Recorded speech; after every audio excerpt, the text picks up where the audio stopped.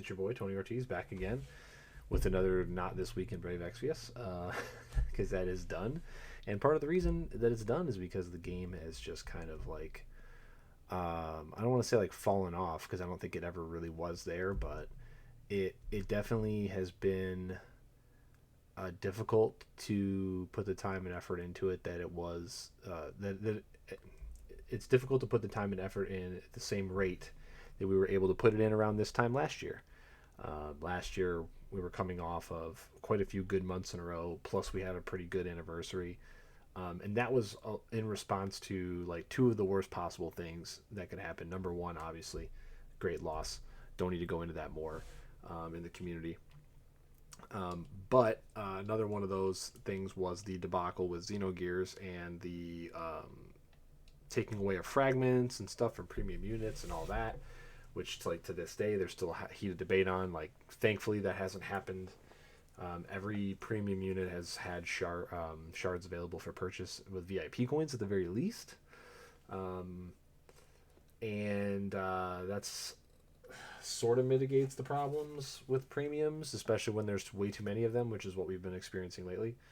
Um, but basically, before I tapped out, I promised that I would watch not only this and we would mess around with the anniversary, but I would also kind of like give my thoughts as to where the game sort of went wrong. And I didn't want to do that until we really saw if the main opportunity to course correct was going to be taken advantage of or not.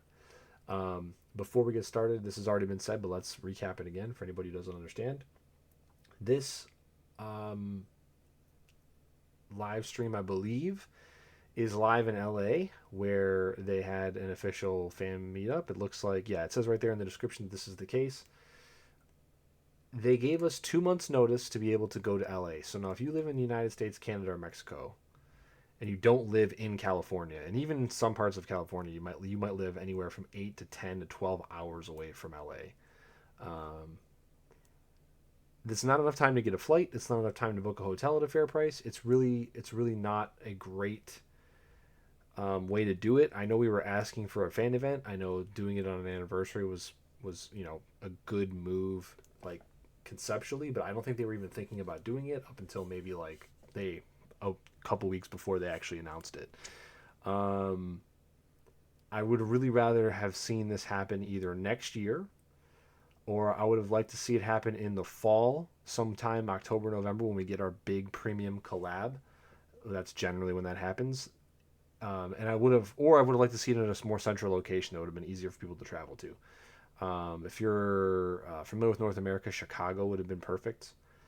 That's an 8 hour or less drive for quite a few people.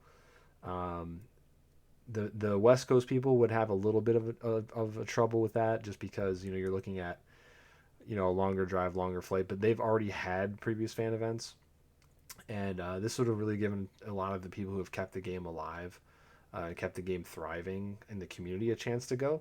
I know that a lot of content creators that you want to see in this were not able to go, or the ones who were able to go had to crowdfund it to be able to afford to go. Speaking from experience, buying a plane ticket, especially to Los Angeles, within a month or so of the event you need to go to, is basically doubles the cost of the ticket.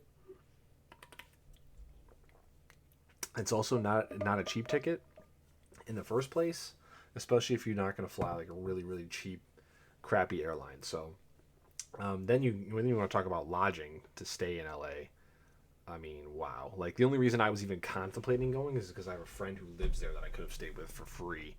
And if it wasn't for all the job and all the other shenanigans, I might have actually done it. But yeah, like this is unfortunately not the event that a lot of us wanted. We wanted a chance to be able to meet up. And then when you sprinkle on top of that, I believe this was invite only. So you had to like apply to go in some way.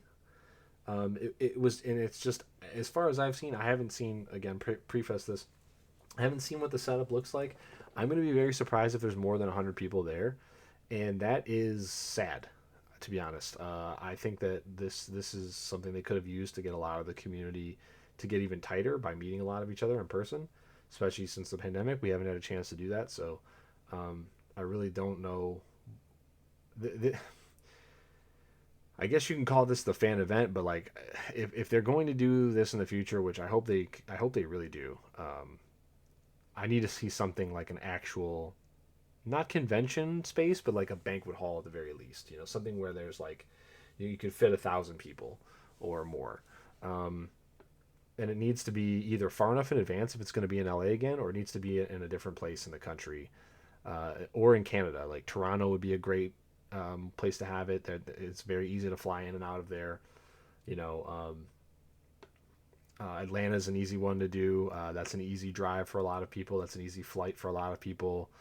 You know, I can drive there in one day. It's about 16 hours. Not that bad. Um, Actually, no, it's not even that. It's like 12. I can get there in 12 or less sometimes. You know, depends on what time of year it is. If it's summer and there's no snow or anything in my way, I could probably get there in like 10. You know, it's just, I don't know. So that's already a very huge negative down point. I want to throw that out there. You know, before we get started. And yeah, just so everyone knows, this is the day after. I watched a pro wrestling pay per view last night, so I did not watch this live. I stayed off of Twitter today. I have not clicked into any of the discords that I am in that talk about this game.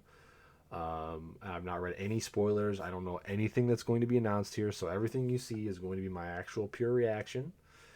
We will be pausing it to, like, you know, talk about some stuff. I'll try to pause and give my thoughts instead of trying to talk over what they're saying. But yeah, like, this is going to be real. You know, I'm not going to hold anything back. I never have. Why would I start now? So yeah, if you don't like fair criticism, you're probably not going to like what I have to say, just because I don't assume that they're just going to hit, you know, they're just going to score goals with every single thing that they announce. I think there's definitely going to be some disappointment. It's just going to be how much. But I would love to be proven wrong. I'd love to be proven wrong. So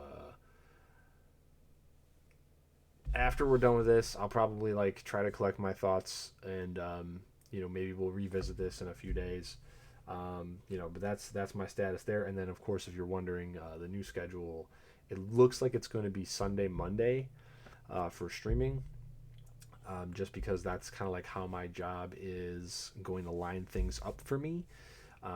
The Sunday is going to be like the optional casual day. The Monday will probably be the guaranteed day, sort of like how Wednesday was the guaranteed day before. But I'm not going to bother to change the schedule in the cards down below in Twitch until I'm actually finished with my training and my schedule changes to the actual schedule that I'm going to be working. And then once that happens and I'm settled in and I feel like I can maintain that, I will change it.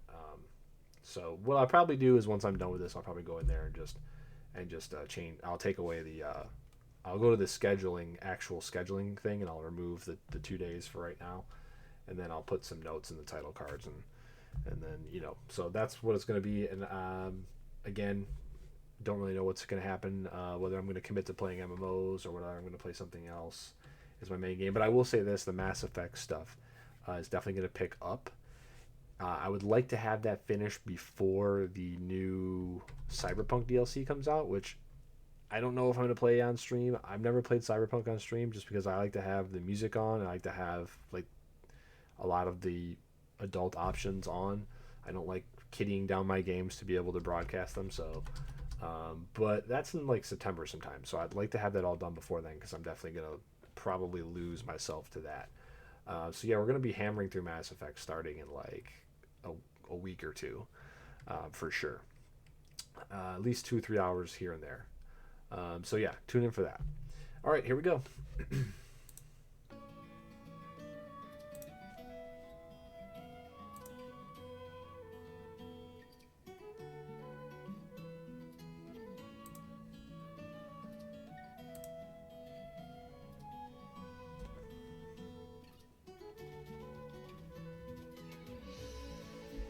Let's see if we can jump. Wow, love it! So welcome to Final Fantasy Brave XV. Tony, you're in. I know that the production is not their, they're not their forte, but my man Tony is like, he's in the shade, man. Make make space for him. Oh my god. Live stream. Thank you, everybody. Okay, thank goodness there was just a light that hadn't come up. All right. If he was going to be standing there in the dark for the whole thing, I would have been. So we are live from Los Angeles today, and there's so many people here today. So many people. I'm going to pause in the first pan shot of the crowd, and we're going to see how many people there are. Because I don't know how many people invited. I don't know what space that they had. I bet there's 100 people, or there's less than 100 people. That's my thought. When the invite only, big content creators not going, it's not tied to a convention. It's not tied to anything specific that's happening in the same weekend or whatever. And with the short notice and the expensive travel, I don't think there's more. But I mean, I could be wrong. We'll see when they pan out. Hopefully they get a good pan shot of the crowd that's there. We'll stop and we will count. Are you guys ready? Yeah. Oh, All hey, right. oh wow, okay. We're ready, definitely ready for some fun. And hello everyone who's watching on the live stream. Hello. Thank you for tuning in to Final Fantasy Brave Exvius. Okay, there's Flip. I see Flip in the front row. So this is... I gotta be careful here to not make sure I don't catch the heads behind. So we've got 1, 2, 3... Is that an empty chair? We'll just say that's an empty chair. 4, 5, 6, 7, 8. So it looks like 8 people across in this shot. And then, like, how many people back are we gonna go? 1...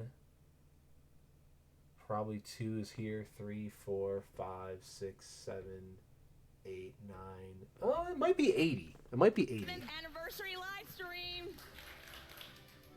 Oh, it looked like actually. Hold on. It looked like actually 2 rows of 4.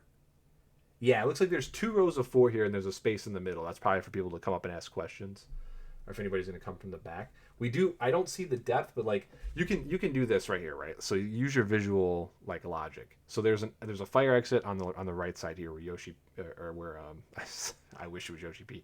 Where where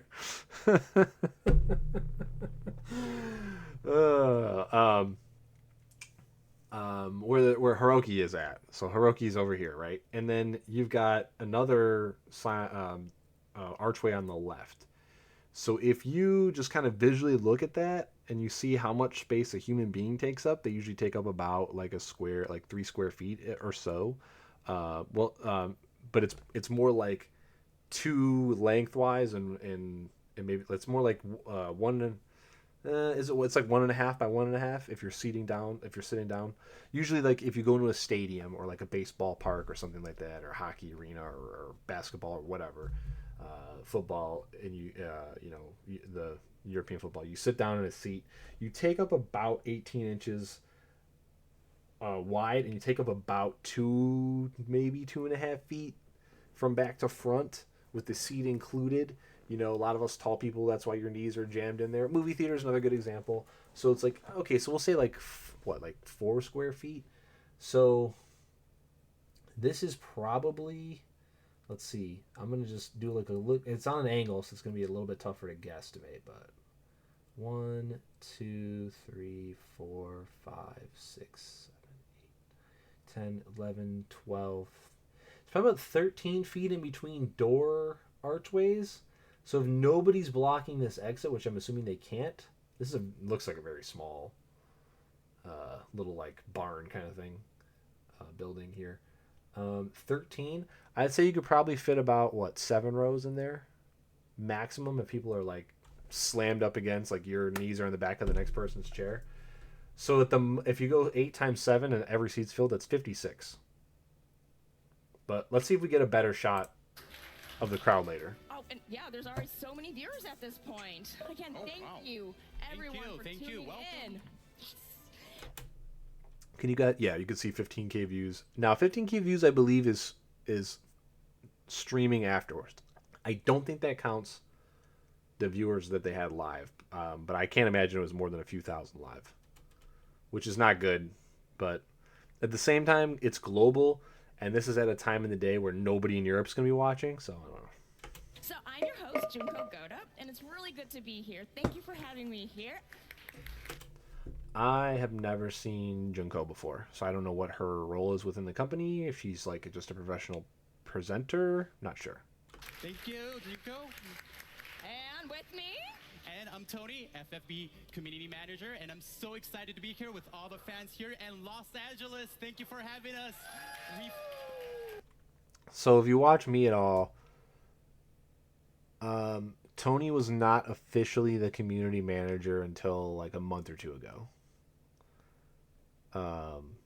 So there was about a year or a little under a year before he was like a community, I don't know what you would say, like community rep, liaison, whatever. He wasn't the official community manager, and now he's officially the community manager. So here's something I'm gonna say, and I hope nobody takes this the wrong way, but from like I don't remember when he officially whenever he officially had the title internally, we'll never know. But he wasn't listed as the community manager. No one was up until like I think yeah like May, April or May. So like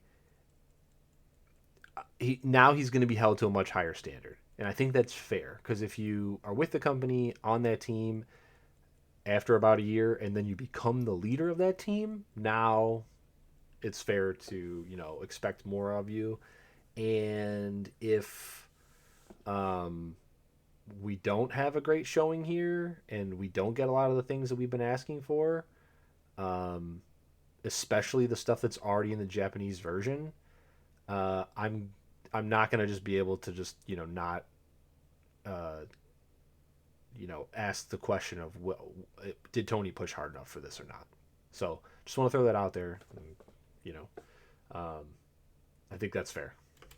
Yes, we really wanted to make this happen, and we're finally here. And everybody watching from your home all over the world, we have some great updates today, so make sure you stick around to the very end. yep.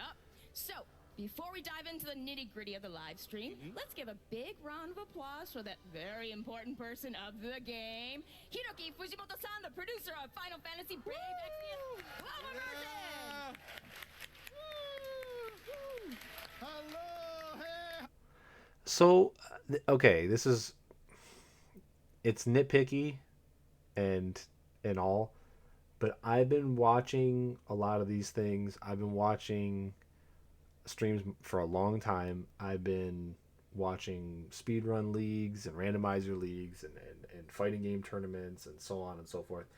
And I will have to just note here that to be able to present or commentate anything and have like good cadence, delivery, grammar, even especially with English and especially if it's not your first language, like it is a crazy hard skill to develop. So I'm gonna preface that, but there's so many people out there that are really good at it that it kind of hurts when like a big event, quote unquote, doesn't have someone brought in that can actually like really connect with the audience of the game. And if this is the global version where like I don't know 60% of us are native English speakers, like I just wish they would have brought in someone that maybe works in the LA office permanently. I mean, maybe Junko does, but and I know they're nervous. This is not what they do. That's why I feel like there's a professional like reason to bring in someone that does this for like their career. Um, some of the speed gamers I watch are one of them is actually a professional event hoster.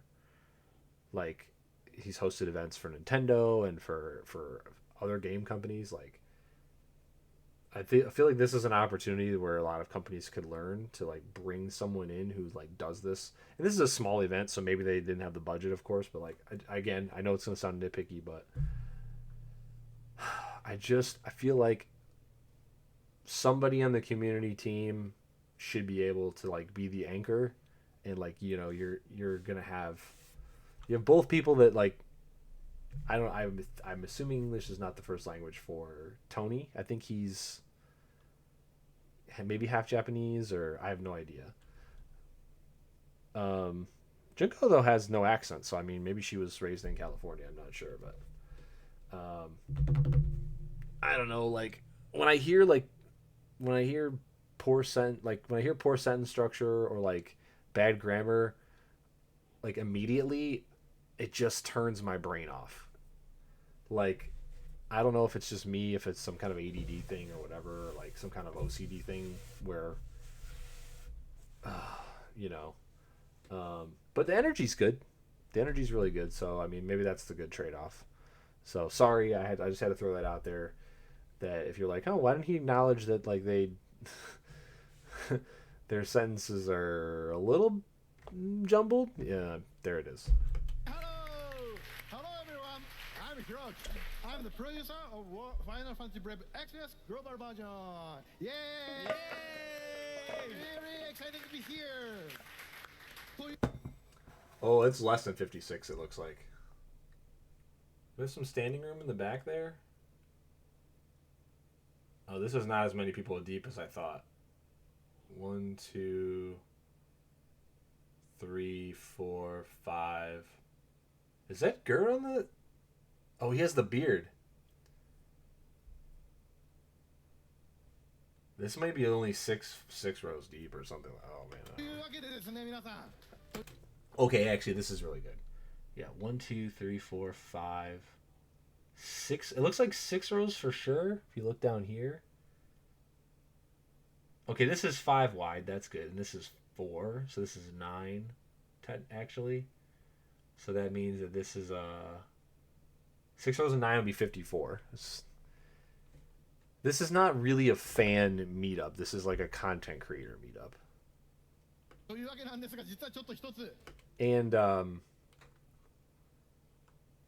And most of the top content creators in the game were not able to travel to this with such short notice. So before we get to our exciting event today, first off, I do have to inform everyone about one thing. なんかね、見てもらうと分かると、ちょっとなんか一人足りないんじゃないかなってありませんか? So you might be thinking, wait a second, is Okay, so the translator's behind Hiroki. It's not Junko's not translating. there one more guy that's supposed to be here? そうなんです。実はね、今日本当はヒロノがシリーズプロデューサーのヒロノが参加する予定だったんですけども、ちょっと事情があってですね、急遽来れなくなってしまいました。So I do have to inform everyone that this time series producer Hirono-san is absent today. そうなんです。今本当申し訳ない。彼からね、ちょっとメッセージがオンラインでありますんで、そちらをご覧ください。So I think we saw Hirono on a live stream a few months ago. I stopped paying attention to live streams a few months ago once like the quality had fell off. Like when we weren't getting answers to questions and stuff like that. And I've only watched like I would watch Gert's beige carpet get together with Sinzar and the other people that would come on, and I'm sure they mentioned some of the other people. Like I think they've had an artist on, they've had him. I think they've had some other people that work at the game or work on the game in different aspects come on. I haven't seen this. I don't think this is a big deal though, because really what everybody cares about is the news, what we're going to get for this anniversary. But what I really care about is the direction of the game. What's the roadmap? Give me some kind of hint at like where we're going. You know, is the global team going to follow through with their promises, which they never do? You know, like we get, oh yeah, we're going to add bosses into the Chamber of the Vengeful that are from old clashes, and we're going to like put in like one of those every now and again. And then like that, they did it once and they just abandoned the idea completely. You know, like stuff coming into the game from the Japanese version completely bugged when they have 6 months lead time to make sure that when they apply the patch, they can fix the bug with the same patch. That shit just happening every single week over and over. In DV and in Clash over and over. They can't even fix their own stuff and launch it properly. So it's like they can't even fix like a DV problem before. Like the dealing with the counter nerf, the doing it in the completely wrong way, not listening to the community, not taking suggestions, all that stuff. That's what I'm most interested in. And like, you know, one of the games directors being here doesn't really change any of that information that we're going to receive. So whatever. However, we do have a message from him, so let's check it out. Okay, yeah, I've seen this guy before. Hi. Hi. Yay! Hi everyone. Hi everyone. My name is Kei Hirono. I am producer. I'm a series producer of Final Fantasy Brave Exvius. I'm so sorry. 改めまして、会場の皆さん、シリーズプロデューサーの、FFBE シリーズプロデューサーのヒロです。Hi everyone, my name is Hirono and I'm the producer of Final Fantasy Brave Exvius series. FFXBS ユニバース LA ファンイベントの、お越しの皆さん、そして FFBE7 周年生放送をご Now, I think that this might mean that he works on the base version of the game, and then he collaborates with Hiroki for the global version of the game. Because he's the series producer, which to me means that he is the main producer for both. Or at least, like, definitely the JP version. And then he probably has a say, and like he probably puts in his input for the global version because they have to work together in some capacity. ご覧の皆さん、本日はですね、すみません、会社の事情でですね、急遽イベントに、参加できなくなってしまいまして、誠に申し訳ございません。So to all of the FFXBS Universe LA fan event attendees and the 7th anniversary live stream online viewers, I would like to express my deepest apologies for my absence today. ですね、皆さんに、こうですね、ずっとお会いできてなかったんで、お会いできるのをですね、楽しみにしていましたし、7周年というすごくお祝いのタイミングをですね、一緒にお祝いしたかったんですけれども、現地に行くことができず、非常に残念です。I was so excited for this and truly wanted to celebrate this 7th anniversary with everyone out here, and I'm truly heartbroken that I couldn't be here today in LA. ただですね、私の分もですね、そこにいるヒロキとトニーにですね、イベントと生放送をしっかりと盛り上げてもらうように、ね、お願いしますし、きっと盛り上げてくれると思いますので、皆様ぜひ楽しんでいただけたらなと思います。But I'm sure Fujimoto-san and Tony both are going to deliver such an exciting event and live stream on my behalf, so I hope everyone is going to have a wonderful time. 今年6月30日にですね、このグローバルバージョンの7周年を迎えることができたのは、皆様がですね、ファイナルファンタジーブレイブエクスピアスを No, I'm just し続けていただいているから there's a little bit of like So on June 30th, as you all know, we'll be celebrating the Back and 7th forth, anniversary of it's- this game, but we truly could not have done it without all of your support. Now that's an accurate statement. The question is, do you care enough about this game to continue to try and keep our support?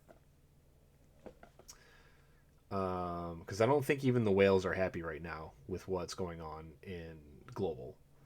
That's just my opinion based off of what I've seen, and the lack of people like being excited about things. We've really had nothing to be excited about, truly, outside of maybe like, if you really loved Ybarra, her remake, right? Or if your series leader came in. The problem is by the time your series leader was coming in, you kind of knew that leader, like the series leaders had already been power crept in JP, so that makes you like now think about, oh wow, do I pull or not? Like the only reason to pull for a Zack leader was for Riku, and then they nerfed Riku. They waited to announce that they were nerfing Riku until the day after fucking Zack rotated off of the banners. Like, it's not been good. And I know of games that are 9 years old, 10 years old on mobile, or almost 10 years old, and they're still like top 100 grossing apps. And I'm not talking about like frickin' Puzzles and Dragons or Angry Birds. I'm talking about actual RPG / like turn-based action style games with units and evolution and all this other shit that we have, that do well. And a lot of them don't have monster IP like Final Fantasy. They don't have IP that's literally so widely loved that it will get people to come along and play a game that's less than great just based off of, the IP itself. So, are they pushing us towards War of the Visions, or are they pushing us towards a new game? or will we be able to play this game for much longer? I think this is the absolute dropping point. Like last year, it looked good. It looked like they were going to stick with this game for 3 to 5 more years. They were really going to go hard, and then the 11 months that followed after that, there was maybe 2 or 3 weeks there where it looked like, okay, this is where the game's going to go, and then it fell off a cliff. So we're going to find out probably in this live stream based off of this news, the direction and how it's gonna go. So like I'm anticipating like the game of surviving or dying based off what I see in the next 2 hours. And I know that might be a little alarmist, but I mean I think we're already like teetering off the edge of death. So like I mean I need to see like a lot of stuff, and even if I see a lot of stuff, I'm still going to be skeptical. If I see a lot of cool ideas and things that are going to get added, I'm still going to be skeptical about whether or not they're going to actually keep their eyes focused on like doing those things. Like I said, Chamber of the Vengeful, intrinsic abilities, all these other things, not getting units fucking 6-7 months after we're supposed to when they're already useless or they're power crept out. We can't use them in any content. Like those things are things we've been promised the last 2 years and we've gotten virtually none of. So even if we see a bunch of cool shit, I'm going to still be skeptical. But if I don't see a bunch of cool stuff, then it's just, that's it, right? It's over. So here we go. そうですね。皆さんに楽しんでいただけるよう、様々なキャンペーンを用意しておりますので、引き続きね、10年続くね、ファイナルファンタジーブレイブエクスですんで、引き続き FFBE をよろしくお願いします。We have a ton of exciting campaigns in store, so we hope everyone enjoys the 7th anniversary so we can continue to have it for decades beyond. Thank you so much for your continued support of FFBE. Thank you. Yeah.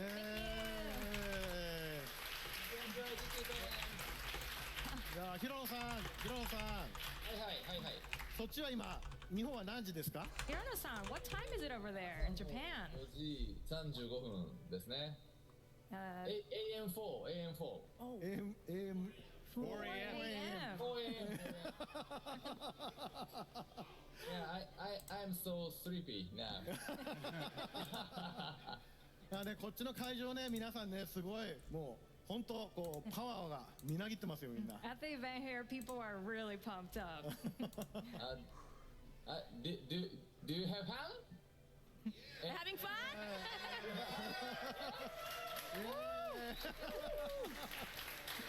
Yeah. So, Hiro-san, thank you so much. We miss you and hope you get some sleep soon.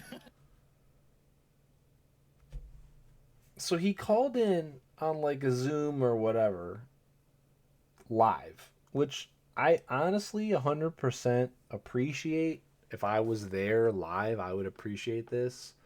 But even if I was there live, I'd be asking myself, why didn't he just record a message? It's 4 a.m. on Monday morning for him, on a work day. Unless there's a holiday in Japan on that Monday.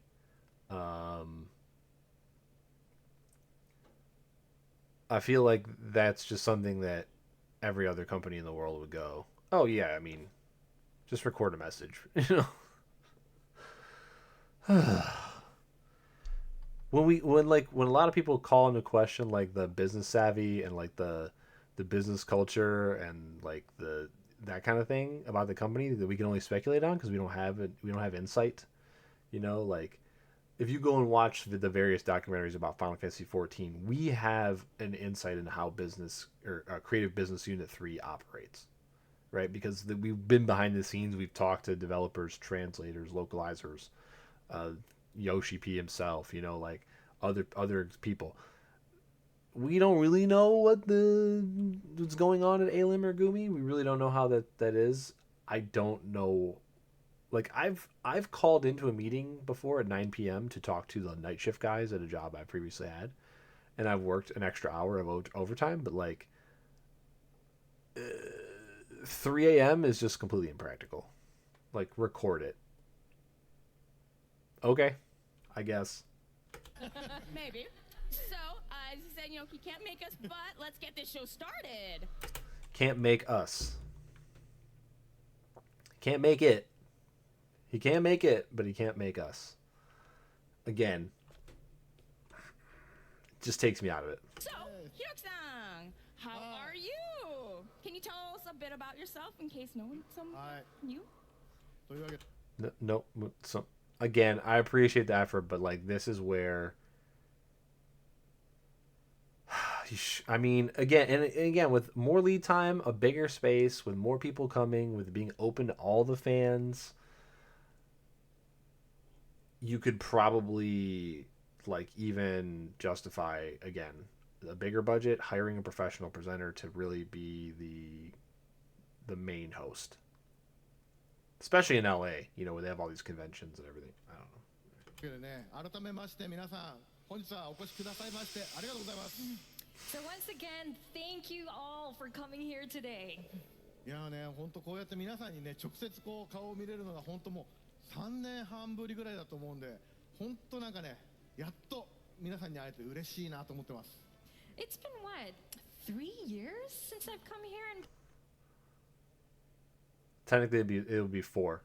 He definitely didn't come in summer 2020. It's been 4 years. So here's another thing. I believe they do these live streams typically at like 9 p.m.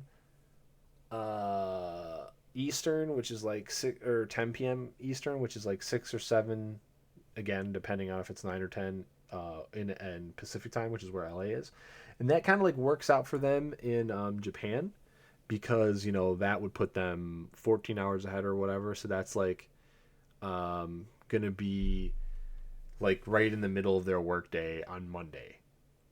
So, but I believe this was actually done much earlier in the day because it was again, it's a Sunday, and I think that's why it's 4 a.m. there. So like this is maybe what, noon on Sunday local time, which would have put, that would be midnight plus another 2. No, this would have been 2 p.m. local in Pacific. No, I'm 14 hours. There's 17 hours ahead. So that's like of Tokyo. So that's like 4 a.m. We can do the math. Go back 12. That's 4 p.m. Then go back another 5. This is 11 a.m. local, I believe, was when this was, which is weird. And again, like if you had a big venue or you had like a nice convention space or like even a side room at a convention or anything like that, you could have done this not at 11 in the morning. But I don't know when exactly it said. Okay, it's right here at the bottom. 12:30. Okay, 12:30 Pacific. Yeah. Japan might not do daylight savings, so they might only be 13 hours ahead. Actually, no, they might be more than that. They might be like 15 or 16 hours ahead. I'm trying to think. 15. I had a friend who lived in Tokyo for quite a while, or right outside of Tokyo for quite a while, and he was always 14 or 15 hours ahead of me. So yeah, that would be 17 or 18 hours ahead. Yeah, okay. Which would, yeah, so 16, 17 hours ahead. 12:30, 4:30 for him would have been 16. Yeah, okay, so he was 16 hours ahead of them. Yeah, again, I don't know why this wasn't done a little bit later in the day so that the Japanese workday would have already been started. Most people don't start at 4 a.m. even over there. But it's probably coming down to the venue. And again, it being on a Sunday instead of a Saturday, not a great look. I don't know. Why rush something this important? I get wanting to get it in on the anniversary, but the plans for this should have been happening in January, not when we brought this up we were bringing this up in every live stream in the chat, and then in like May they decided to go, oh yeah, by the way, or like April they decided to go, oh yeah, by the way, in 2 months we're doing a live fan event. What? To see you all in person. Yeah. It's been a long time coming, and I'm just so stoked today. いや、そうね。いやもうこれからね、ちょっとね、今まではちょっとこう、パンデミックのね、ちょっとこう難しいシチュエーションがありましたけど、できるだけこうやってね、皆さんに会える機会をね、これからは増やしていきたいなと思ってますので、はい、まずは今日この会をね、楽しんでいってください。I've cut the live stream chat replay off because I don't know what people are gonna say, and I don't want it to be on my recording. But there's some funny shit going on. So you see me chuckle for no reason. That's why I'm chuckling at something that was in the live chat that didn't get banned. I know we've had some tough times with the pandemic and all the past couple years, but we're here today to have this exciting event. So we just want you all to have fun, enjoy yourself, and have a great time. Yes! Woo! Thank you! Hiroki's rocking a pretty decent tan. He usually is, but I think he got some LA sun the day before. Now, without further ado, let's get started. We'll take All right. take a seat. Okay. So let's jump right into the first segment, which is the 7th anniversary campaign. So the various campaigns will be available to commemorate the 7th anniversary. So Hiroki-san, can you tell us the details? はい。では、まずはこちらをご覧ください。 Yes, absolutely. Please take a look at this. はい。7 Oh, Clay made it. He's probably from around that region, I would assume. Special 70 summons.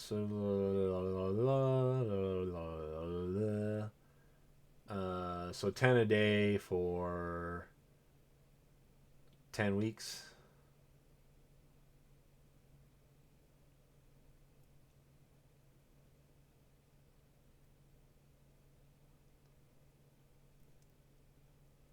Oh, but this is weekly. Okay, so you don't have to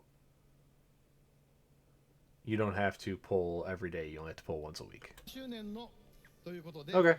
期間中 I mean, 毎週1回70 this 連 is 勝 pretty 権 standard. を回すことができ最大で700連勝 So, somebody chatted Evo moment 37 collab one. Let's go, Justin! 交換となります。 So, since it's the seventh anniversary of free 70 summons is going to be available once per week during this period, and players are going to be able to pull up to 700 summons. はい、召喚プールはね、更新されますんで、毎週最新ユニットが追加になります。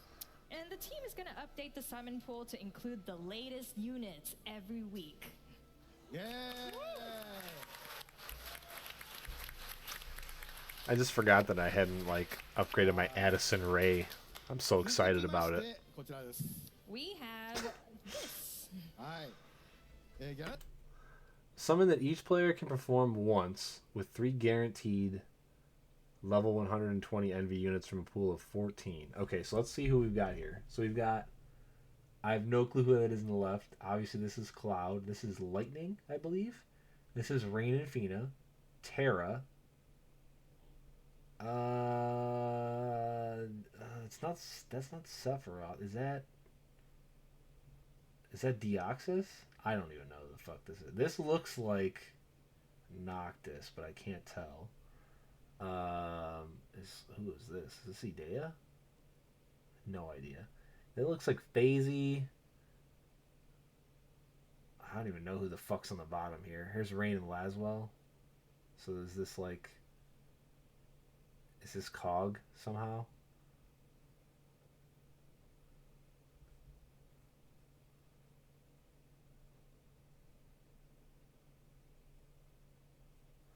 Okay, so this is, you get 3 NVs max leveled from this pool of 14. Nothing in here, though, stands out.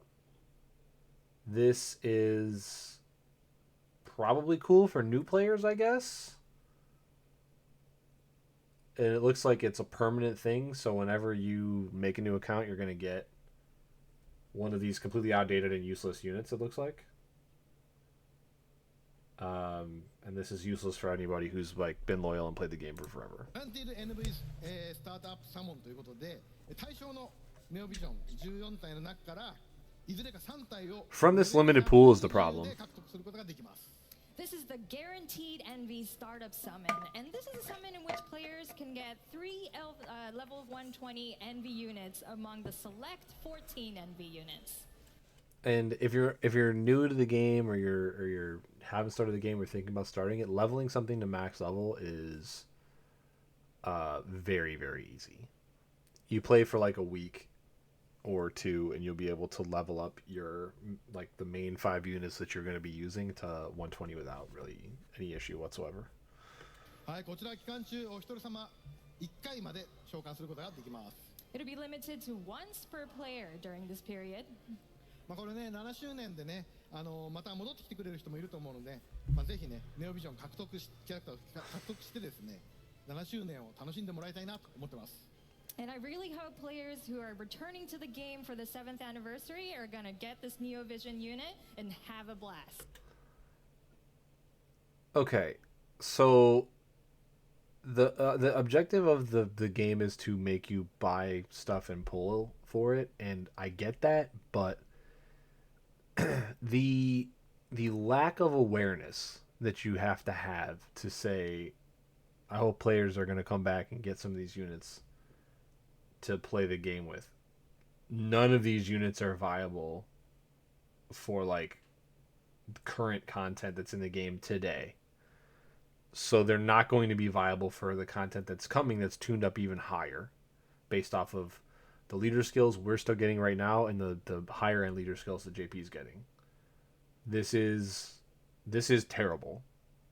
I'd much rather have the 10 randoms on a week and get no NVs, because these are just guaranteed 0 chance of being something good, and at least all those pulls have like a 0.75 chance or whatever of being an NV or whatever it is, and then like a 0.1 chance of being a good one. I mean, this isn't even that great for new players, to be honest. Like, it's not. If you're a new player, you should be re-rolling and trying to get like a marquee, amazingly good unit to carry your party throughout most of the content. Chapter 4, stuff like that. You know, like a Sylvie or a Roberta, or you know, there's a bunch of anything new. Kaito is pretty decent. Any of the new leader skill units, like you know, most of the premiums from within the last year are good enough. Like, probably Yuffie's the one you don't want, but like everyone else is like decent enough to carry you through most of like the grindy content. None of this stuff is really going to make that much easier for you. Looks like Furion, maybe. Yeah, like this is garbage. I mean, it's not even that good for new players. The only thing it's really good for is giving you a base for the gear. So like, if this is the Cloud that I think it is, if it's the remake one, he's got a pretty good STMR, right? So if you grab some fragments, see, now they said you got these plus 150 fragments for each one of these. This would actually be decent for new players, because this means you're going to get like a Midsummer Boater, you're going to get a Master of Fate.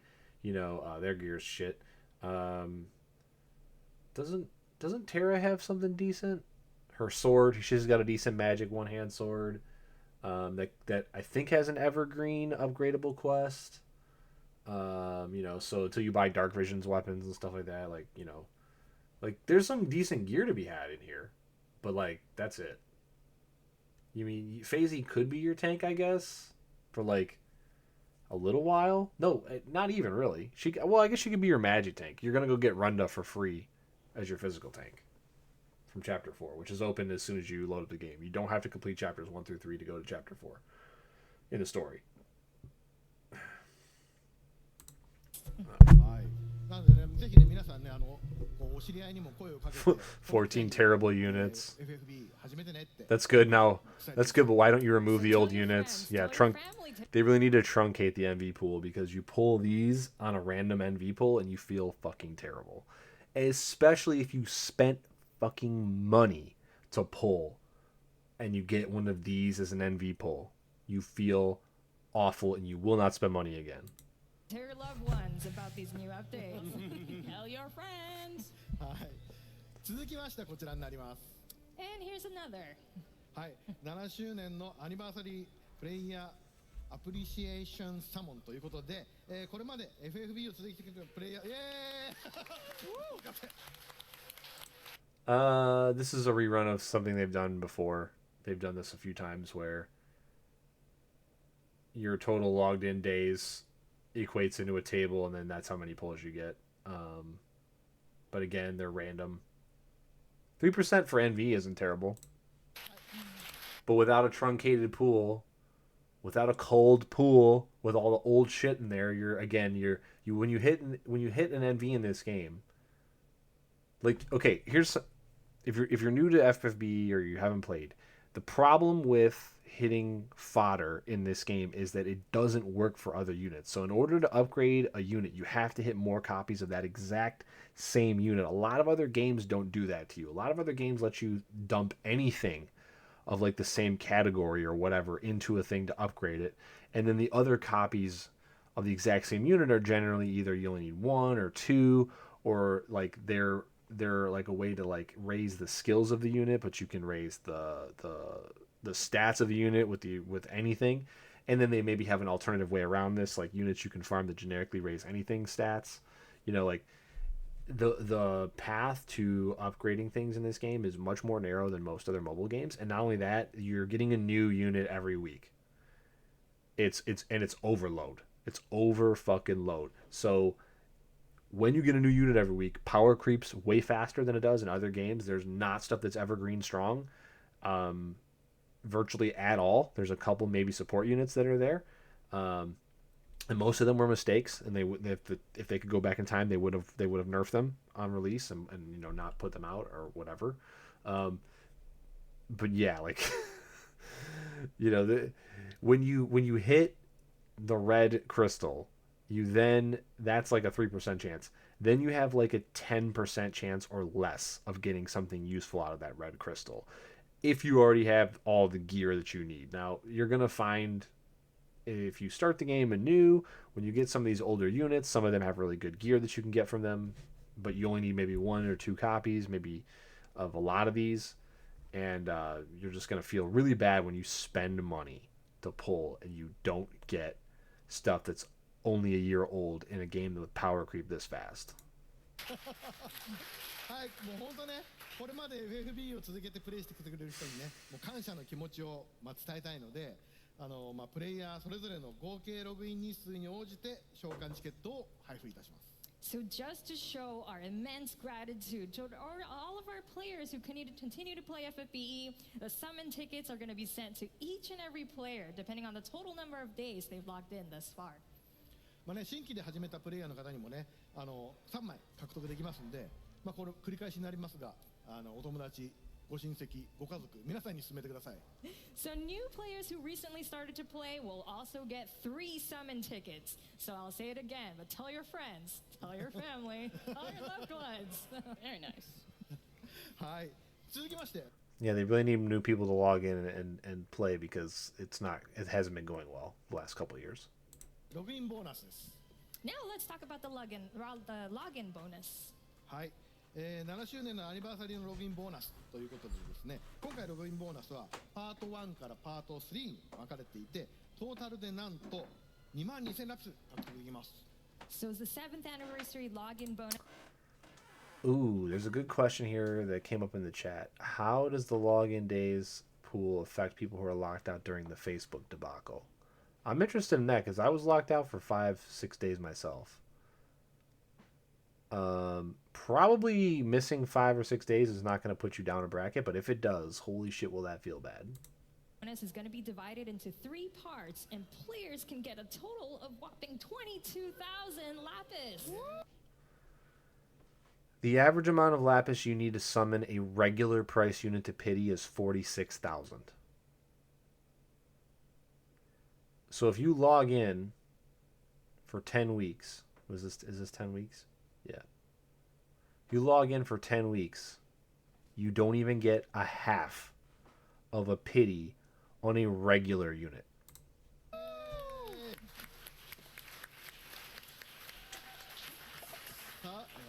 さらにですね、7周年限定のセレブレトリーラピスレプリカ難しいですこれも1万個獲得できますんで。 And that's not all. Players can get 10,000 celebratory lapis replica for the 7th anniversary, and this is going to be a 7th anniversary exclusive. はい。 And yes, so what is the celebratory lapis? Can we take a look at the slide?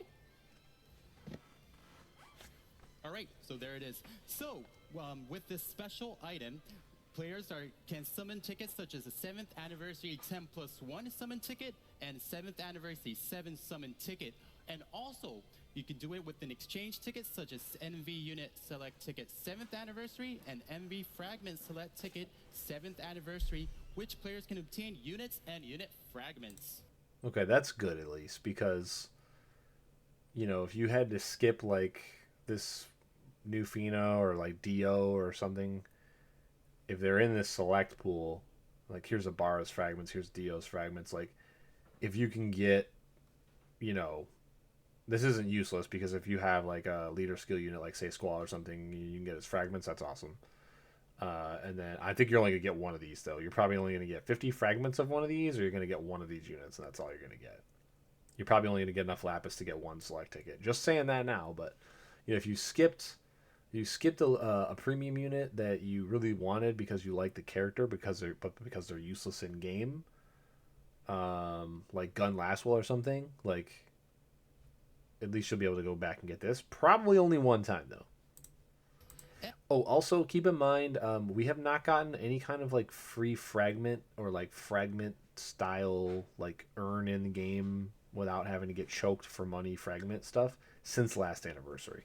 And players can get this by login bonus and crest pass, so make sure to check our in-game for more information. Ooh, wow. Okay, so login bonus is cool. That means you just log into the game, but crest pass is the $12 a month you have to purchase a thing. So if you don't get a select ticket base for $12, that's pretty rough. And I have a strong feeling you will not get enough of this to buy one of these with just a single crest pass. Just my prediction. A lot going on. Well, thank you for the details, Tony. So let's move on to showcase the other campaigns. And Hiroki-san, would you take it away? はい。では続けてこちらです。 Yes, absolutely. First, we got this. はい。7th Anniversary Play Oh my god. Oh my god, why? So we haven't done this voting shit in a long time, and I'm really glad we haven't, because the community almost always votes for the wrong fucking thing. So let's see what we have here before we even go into this. Guaranteed NV with a 110 NV ticket and some STMR Moogle tickets. Okay. 7% NV and mystery crystals. 1 out of 10 tickets as well. And then 5% NVs and bonus presents, which could be like lapis or whatever. All right, so the guaranteed is obviously the best, because even at 7%, 20 summons is not going to guarantee you, even at odds, an NV at all. And neither will 30 with 5%. So, yeah, you would need at least, with a 7% rate, you would need to mathematically be guaranteed one by if probability came even, which, so you can't ever be guaranteed. That's the thing right there. But probability wise, to be guaranteed one, you would need more than 20. 10 weeks of it though? So that's 200. So you're probably going to get,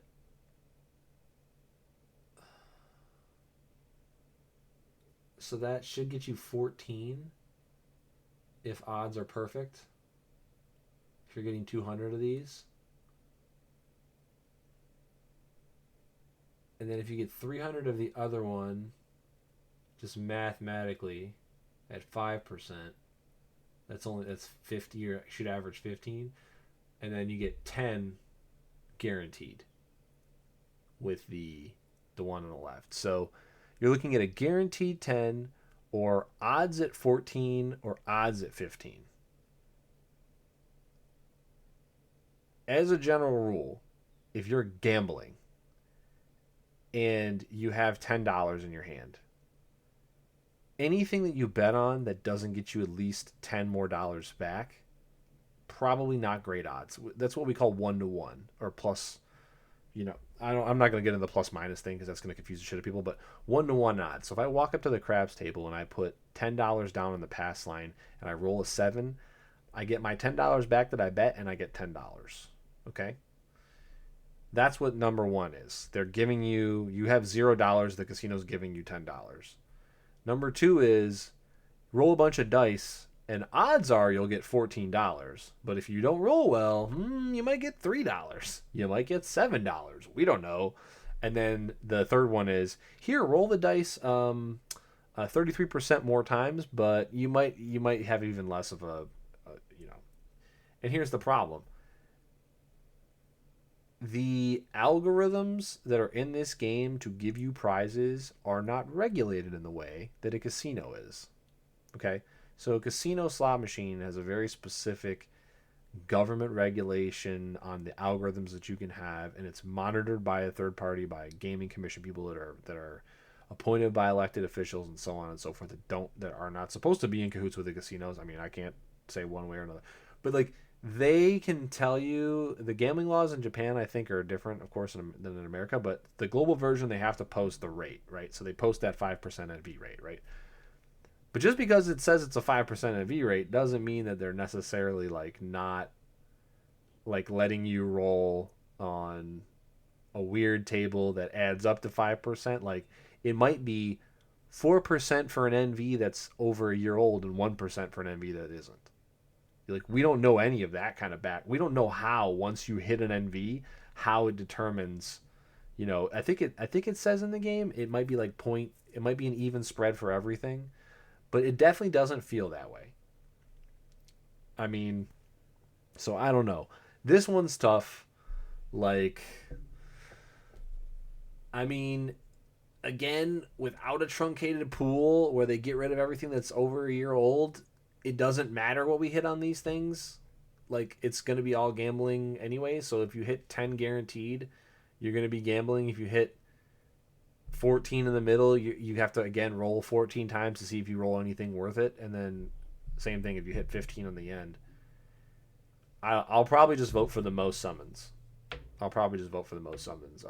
don't need mystery crystals. The bonus tickets means bonus lapis. Like, yeah, so like the clear best one here is the third option, just because you may as well gamble on top of gambling, and at least if you get the bonus present tickets, you're going to get potentially more lapis, which is much more useful to you than because you can pull on banners with lapis, where you have a higher rate to get the thing you actually want out of the gacha machine, whereas the other two options don't give you anything to help you get stuff out of the gacha machine. So, but the community is probably going to see 10 guaranteed, and they're going to vote that way.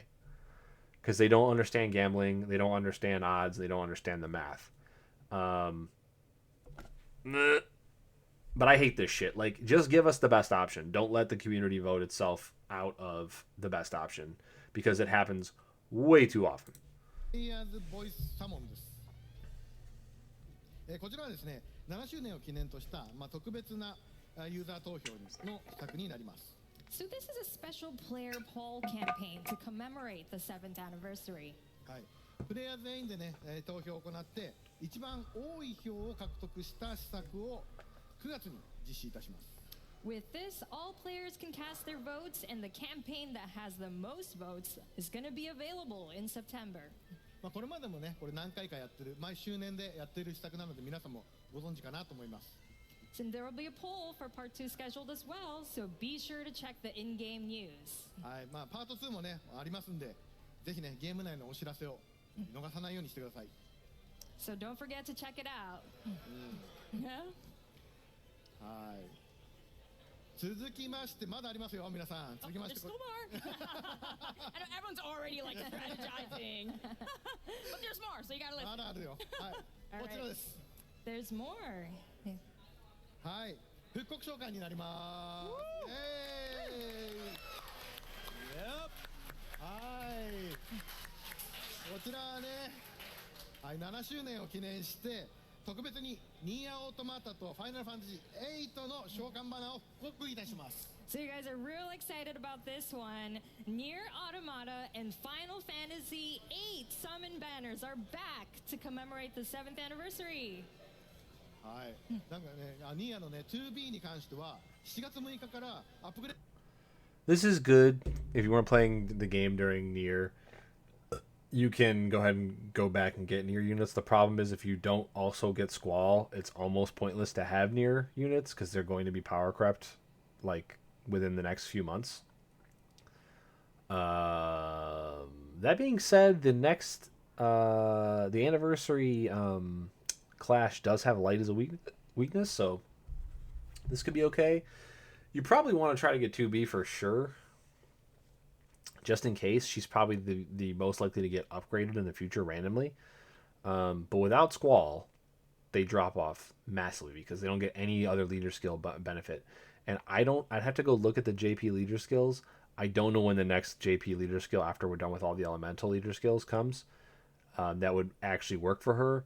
So the problem is, like, by the time we get a leader skill unit that also hits her that isn't Squall, she might be crept out of damage by like a huge margin. So this is good if you like Nier, of course. But I mean, you want to temper your expectations here. If you missed Nier and you also didn't pull for Squall, you really are going to need to pull Squall, and then you're really going to need to pull 2B. A2 on her own doesn't do anything. She's decent damage with 2B in the party. I mean, this is fine, but it's really not. It's a Lapis sync when you really probably don't want to be using your Lapis on these guys. You probably want to be using your Lapis on what they're going to announce next, I would assume, which is probably going to be the unit for the Clash. グレードが実施されてより強くなってますので、 Which hopefully is Malphasy. この機会にね、ぜひね、2B、A2、そして FF8 のスコールたちを獲得してください。 With the upgrade on July 6th, 2B is going to be even stronger. So we hope that you're going to take this. Oh, I didn't even see. Unit updated. Okay, so... Oh, this is going to be tough because they could give her completely useless upgrades. So many units get completely useless upgrades that are just not even worth even trying to get. But you may as well get them because you know you might have a series locked thing that you're gonna have to do later. Global usually ends up removing them anyway, but you know you never know. So, yeah, it's all whether or not this is gonna be worth it if you miss Nier is all about these upgrades. Because the one good thing about 2B is that she is imbuable, even though she loses a ton of damage if you don't use light. So if they can figure out a way to make her damage as high as her light damage and then upgrade that damage so she doesn't get power creep within a month, and then, you know, it's not too expensive to get her and Squall, then this could be pretty good, you know, for light teams specifically. The thing is like, even if they, even if they make her able to do non-light damage as high as her light damage, or at least close in some way, she's going to lose 500% stats without having Squall as the leader in that party, and it doesn't matter what element she's able to use. So yeah, even that is not great. Like, the updates have to be spectacular. She's actually going to need a leader skill of her own. If her unit upgrade includes a 500% leader skill for light units and whatever, or even if it's just light units, if she gets a 500% or higher leader skill for attack, like Squall has, so you don't need to also pull Squall to use her, then that's going to be huge. But we obviously won't know that. And what sucks is like this starts on 7.1, but the unit doesn't get updated until 7.6, which is July 1st. So this is going to be in the game on July 1st to be able to purchase, but you don't get the unit upgrades until the patch 5 days later. So, like, you won't even know. Hopefully, when this goes in, I think this is going to go in. Is 7.1 a Monday? Or a Sunday? Okay, so this is going in on a Saturday, and you won't even know if the upgrades are any good until the news on Tuesday, which is the 4th. So there's going to be a 3-day period where you can buy this, and you have no idea if 2B's upgrades are going to even make this worth it if you missed her. Now, some of us already have her, so this is just gravy, but yeah, this is kind of cool that Squall's going to be back here as well. Like, if this is cheap enough, I might go for this just to get my Squall to EX3 a little faster, because he's only at EX1. And I didn't actually pull for Squall. I got lucky and spiked him later on a random off-banner pull. So, but yeah, having Squall is really nice. It enables you to take all pure light teams into stuff, which, you know, these 2 units can come into, and they can't come into any other team, or they just lose everything when it comes to stab bonuses. So, okay, we'll see. Well, again, I think they should be both upgraded because 2B's already the better unit, but all right. It's going to feel really bad when you pull A2 and you don't pull an upgraded 2B. This chance to obtain her A2, Squall, and other FF8 units. 7月1日から7月の26日の期間限定の FFA back for 7th And these anniversary summons makes are gonna perfect be sense. available for a limited time from July 1st to July 26th. Yeah, 2B buffs, but not A2. Who needs them more? Yeah. ね、ニーヤやもしくは FF8 の Shots on ファンの pointer. 方いらっしゃると思いますんで、もうそういった方たちにもね、ぜひ声をかけてあげてください。 Yeah, A2 with no update and not even our LB frames fixed is basically like they're adding a way for you to pull this banner and completely whiff and get fucking nothing. So that's terrible. So tell all your Nier and FF8 fans all around you about this news. Wow. All right. So, are you all gonna talk to your friends? Yes. And are you gonna already talk to your other friends who aren't here about this? Yes. Okay. All right. So we're gonna change it up a little bit in our next segment. You don't have to tell me to talk to my friends about how the game is good if the game is good. Last anniversary, I got a friend of mine back into this game that hadn't played in years because he was looking for something else to do on his phone because he was not playing anything relevant at the time. It was great for about a month, and then we fell off a fucking cliff. And I feel terrible that I got my friend back into the game, and he spent a little bit of money on anniversary that he can never get back. If the game is good, if it's fun, if it's good value, we will naturally tell people about it. I don't know when. And again, this is like, I know it's a lot to pick up off of this, but it's more of this plus the way the game's been for the last 2 or 3 years. If you're marketing it towards the whales, then go all in on the whales. If you think that the rest of the player base, the other 99% of the player base, should be able to carry you by spending $10 to $20 a month on the game, great. Make a fucking reason for us to be able to do that. For like half of us to be able to go, okay, I'm going to give you $10 or $20 a month. The game has not had something for middle level players to give $10 or $20 a month, other than bleeding Lapis from one thing and then putting something out so fast that we have to buy a little bit of Lapis to be able to pull in the next thing.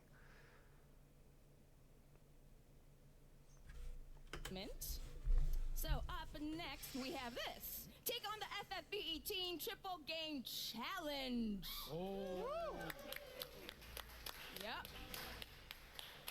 So, since we're doing this live stream in front of a live audience, we want to invite everyone for an opportunity to take on the FFBE team. If you All right. This is going to be hilarious. if you win against the producers, we will provide rewards to all players. Yes.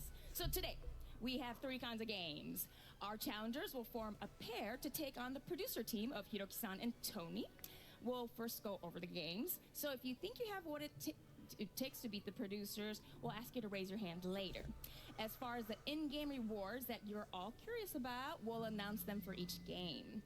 Also, all the challengers who participated will receive this swag, so we encourage everyone to join us. And these are some of the things that we're giving away. Oh. Ooh. Hey. I think there's a Tony Tony, the right off the plastic, the squishy thing right at the bottom. Yes, Sorry, that I did not realize as those were- well. Yay! All right. So, for this game, we invited Justin, our community manager, to help us out. So, Justin, come on over. Hey, Justin's there too. Look at that. Welcome, Justin. Hello, everybody. Nice to see you. My name is Justin. I am the community manager for Final Fantasy Brave Exvius. I'm happy to be here today. And when he is saying that, he means he is the community manager for the entire like franchise, not just this game. So Tony's the community manager for just FFBE Global, and Justin is the community manager for War of the Visions and like the overall community manager for both communities together. So not his boss per se, but like the team lead. Like he's the lead, and then like, you know, their boss is going to be probably in customer relations, like a customer relations director or manager or whatever. But I'm not expecting them to like give you like those kind of details. I'm just kind of like giving you the insight on like, oh well, the game has two community managers, sort of. Not really. Justin's more of the community manager for War of the Visions, and he helps with regular BE when he needs to. And like maybe overseas, like Tony will ask him, hey, this is a question I got, what do you think? And then he will maybe lead the charge taking that up the chain, as opposed to Tony doing it himself, or he will help him do it, or whatever. I'm happy to see each and every one of you in person. So hello. All right, then. Let's get started with the first game. Who can pop it faster? Balloon popping game. All right. Of course, they're not going to play the actual game. Oh gosh, that's a balloon popping game. Yes. Okay, you'll see how it goes. All right. So this is simply a race of which team Okay, I'm not watching this. pops 3 balloons. Let's get rolling. Feeling about this. まあでもね、ここはやっぱね、負けるわけにいかないですね。 And thanks for coming, everybody, and go FFBE. I'm not. I'm just checking to see if anybody I recognize is Battle and actually up there.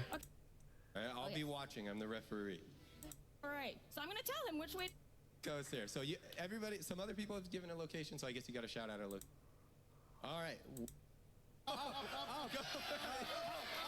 Go. Third point here. Team Triple Game Challenge section. Thanks for playing, everyone. So let's move on to the next segment. All right, I'm gonna get off stage now. I will see all of you Thank you, later Justin. in the next live stream or wherever. Thank you, I will see you guys Justin. later. Goodbye.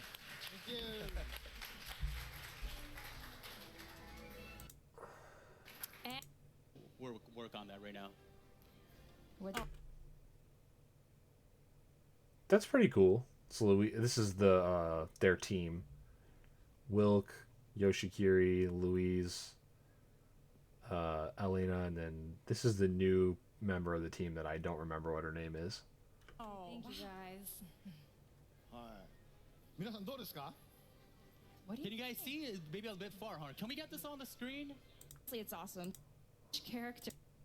そうどうですか？ All right. We really just want to see what's going on with the game stuff. Card. Oh, this is going to be a card. Okay, cool. Yep. Cool. はい。 Oh, there we have it. Okay, so this is for Warriors of the Crystal, so I believe it's only these 5 units. So 50%, 20% resist, and okay, so this is basically useless. Sorry, but there's I mean, power cut's better than this. The only time you'd use a card like this is on a tank because of the 20% resist. So like any card like that's like Sacred Shield, Charlotte's card, or whatever the special card is, like any defensive card, Sylvie's card, you're only going to use them on tanks as well. So okay. ビジョンカード I mean, the art looks cool. You can set this as your background. のね詳細は今画面に映っています。 And here are the details of the vision card. そしてねこのなんと7周年記念 And here's something for thought real quick. So the leader skill cards are like 170 stat and so on, and they're going to get power crept pretty soon. And then they have 500 flat and all that for the unit types. I don't know why they couldn't just put a 500 to all card here, and then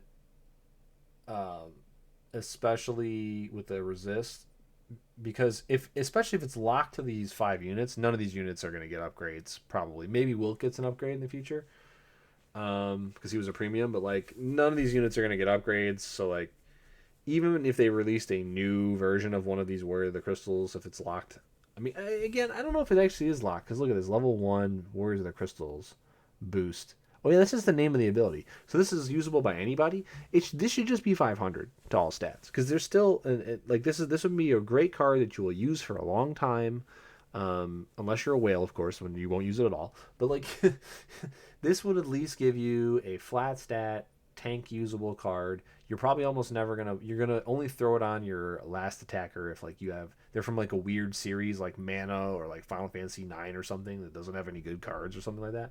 Then you're gonna like throw this on them, and it'll give you. It's not as broken as Demoness. It's not as broken as like any of the better cards that have more good things on it. I mean, this could, even if it's like 400 instead of 500 to all, it's a good catch-all card that people would use. You could maybe probably bring these up to 150, I think, or 125, 130.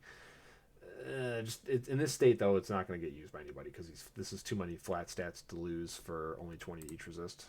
ということでこちらのビジョンカードを7周年記念のログインボーナスとして皆さんにプレゼントしたいと思います。 And to celebrate the 7th And anniversary, it's players free because can it's bad. obtain this VC The for art is free beautiful, though. from the The art is 7th absolutely anniversary beautiful. login bonus. I'm always sad to see when the community makes something really nice, like a lot of the community made units, and like art like this, and like it gets put into the game, which is awesome, but then it's like basically unusable. Like I feel bad for like Poppy and some of the other units that were basically DOA or never used.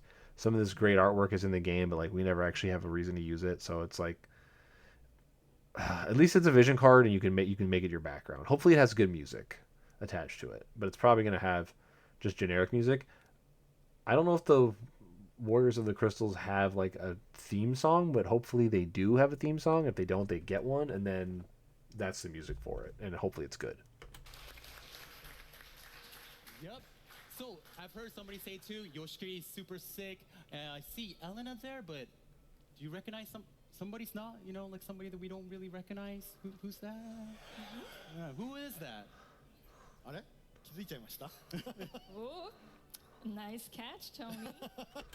Yeah, so this is Wilk, this is Yoshikiri, here's Louise, here's Elena. This character is like the 5th member of their team, but there is no unit in the game for this character yet.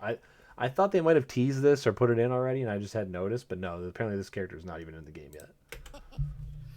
ちょっと秘密にしとこう、気づかなかったら秘密にしとこうと思ったんですけど I was gonna keep it a secret. はいではね、皆さんもちょっと気づいてると思いますので早速いきたいと思います And I see other people are starting to notice as well, so let's get right into it. Oh, she's the premium unit for... Or he's the premium unit? I guess you can't really tell. That's the premium unit that we're going to get. We're not going to get Malphase. Please take a look. Oh, we might get Malphase and this character. One might be premium, one might not be. Sort of like how we got Wilk and Sylvie last year.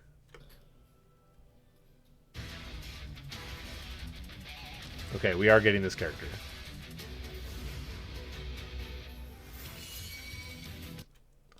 Hopefully, she doesn't get done dirty like Wilk got done dirty.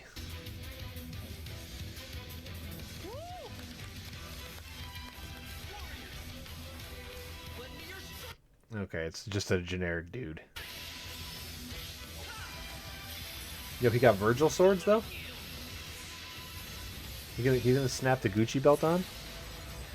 combo people? Richt? Richt? Richt?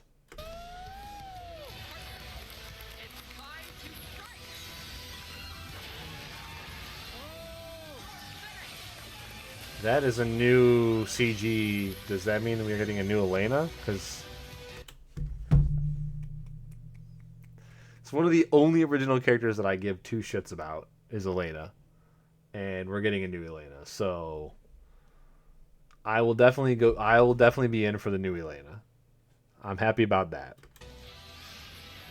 Although I would argue that we don't need a new Elena and you should just continue to upgrade the old Elena, because this means that Elena has two. She has an MVA and an NV, and now this is gonna completely outpace her old NV, which also has an intrinsic. So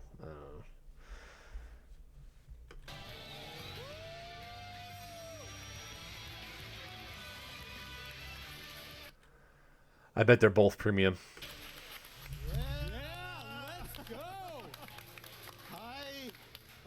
Oh, is it a sword? Oh, that's like a shield. So this Elena might actually be like a tank in one form, or a tank in both forms. Rick looks generic and boring. I have to say, sorry. And what you just saw is a new member of the Fundamental Forces, Rish and Elena, with a new look. Yeah. Woo! いやだから皆さんの反応がすごい良かったんですごい僕はしてます。 I'm so Chat, another Rain. It's Rain with his hair is orange. stoked to see you guys so excited. ねもうリヒトはクリスタルの戦士であり、クリスタルのカラーは白になります。 So this new unit, Rish, is a warrior of the crystal, and his Rish. crystal color is white. まあ彼がねこの後どんな活躍をするのかは7周年のねストーリーイベントで描かれてますんで、今後の展開をねぜひ楽しみにしていてください。 And how Rish story is gonna unfold is gonna be later told in the 7th anniversary story event. So please stay tuned. まあね皆さんもねちょっと性能とか気になってると思いますんで早速ねトニーに説明してもらおうと思います。 I'm sure you want to hear a lot more about him. So Tony, can you tell us more about Rish? All right, my pleasure. Let's take a look. All right, so there it is. So overall description, he is a powerful physical attacker that specializes in light and wind element attacks. Okay, there's not a lot of good wind units in the game. So if he has a wind leader skill and he has a wind amplify that brings wind up to speed, that could actually be pretty good. Now, I mean, he looks like shit in my opinion. Just generic to the gills everywhere. But you know, if I get some on my way to Elena and he's good. They have a team. So right there at the bottom you see that like he has a boost to what he's doing when Elena's in the same team, similar to the way 2B and A2 and then Sylvie and Esther have. Useful ability for Clash of Wills. It says strong debuffs and abilities to boost elemental damage. That to me tells me that he has a wind amp and a light amp. The question is he going to be a light unit or is he going to be a wind unit tagged? Because units aren't ever two.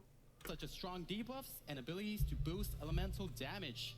Has an ability that activates when Elena is on the field and not KO'd. I'll give you guys a second there. All right. Oh, okay. Okay, so triple AMOE, chain LB, demon, human, and fairy killer buffs, mitigation against human and demons. All right. Unfortunately, they don't talk about. So in the previous slide, they say he's got buffs, and they don't talk about any of the buffs. Then he's got an LB, a BSLB, and then he has imperils and breaks, it looks like. Yeah, so he has break and imperil in brave ship form, but they don't talk about his amp. I'm sure you.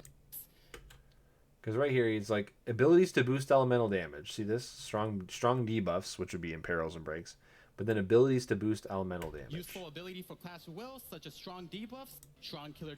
But then here, that's not mentioned in either form. They don't talk about the amplify at all. So if he's going to boost elemental damage, that to me says amp, and I don't see an amp here. Type buffs again. Which means if he has one, it's probably not going to be better than like Ellie's.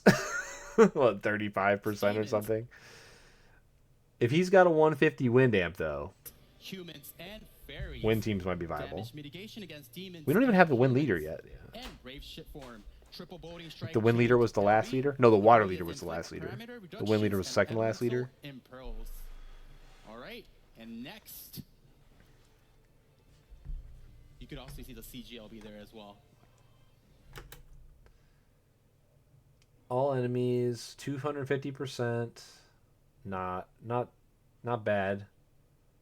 So there's a bunch of other units though that give that already, that you're going to be taking one support that's going to give that, so that's not amazing. 420x, not great on its own. With morale scaling, okay. Another 5x. 5 times 2%, so that's what?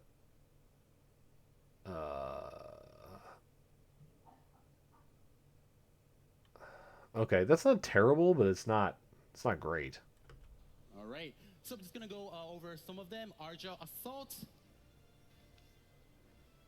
All right, you guys could take a look. It's probably at going to be this class screen unit for only, this. Just wait unless he's until got it great shows- amps. Showcase that. All right, and then next. All right, so the featured ability.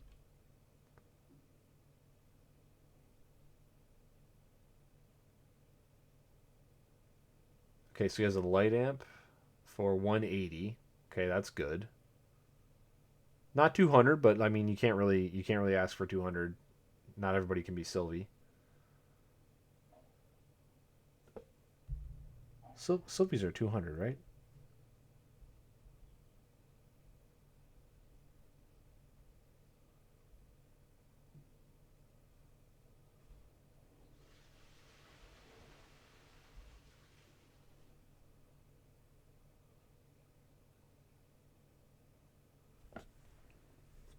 Remove status effects. Fill LB gauge for caster at the start of every turn. Remove all available 20. Okay. So he fills his LB. Definitely, we need the wind amp. The light amp doesn't really do a ton, I don't think, for us. Maybe it does more than I'm recalling. I'm trying to think of who's the light support in the game right now.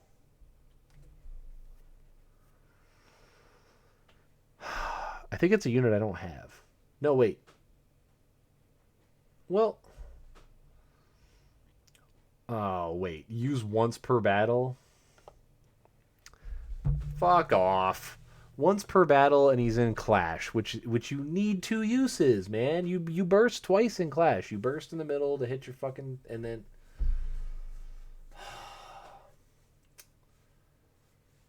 These units with these fucking Magnuses that are only usable once. It's just... It's such bad design. So now I can't use this for my secondary burst to finish the fight. I just have to fucking... Come on. This is so shit. I don't know why they do this. Why do they do this to themselves? I'm just going to pull up Sylvie real quick here. I just want to make sure that abilities... let's see here. I think the rolling amp goes up to 2. Is it 100? Okay, yeah, it's 100.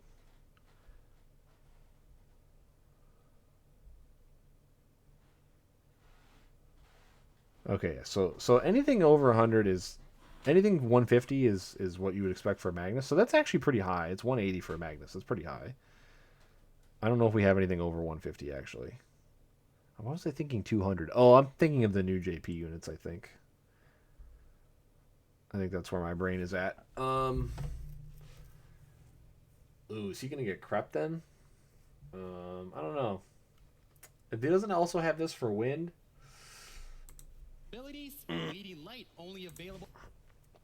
I'll check. Clash of Wills. And this will Check boost 2B, light but I'm pretty physical sure and she has magic attack 150. 180% for 2 turns for caster and is undispellable. But it's caster only? And then next, Yeah. Resonating Light, Wrist, EX +2 ability. This will remove all elemental resistance reductions and fill LB gauge 24 caster. All right, let's take a look next. Right, there's the Gilding Light, Risht, and definitely want to showcase the leader skill, Infinite Brilliance. This will boost attack, defense, magic, and spirit by 300% for Clash of Wills category units. Boost attack, defense, magic, and spirit by 500% for Clash of Wills category units and morale battle. So any hope that we had of him being a win leader that's better and usable in Clash than the win leader that we're going to get that's going to be probably crept as soon as it comes in is dead. So there you go. I guess though, if you wanted to try to make a win team, if he's got a good wind amp, you can use Chizuru and him as the leader, and then Vilk probably, I guess, is going to be in there, even though he desperately needs a ton of upgrades. He's just a 90% defense break. That's like all he does at the moment. I don't know how you even make a decent win team from there though, with only Clash of Wills units. After you have him, and I don't know what other 3 units you would even use. I guess you could use... No, there's not even a wind imbue in those 3, is there? Does Chizuru have a wind imbue?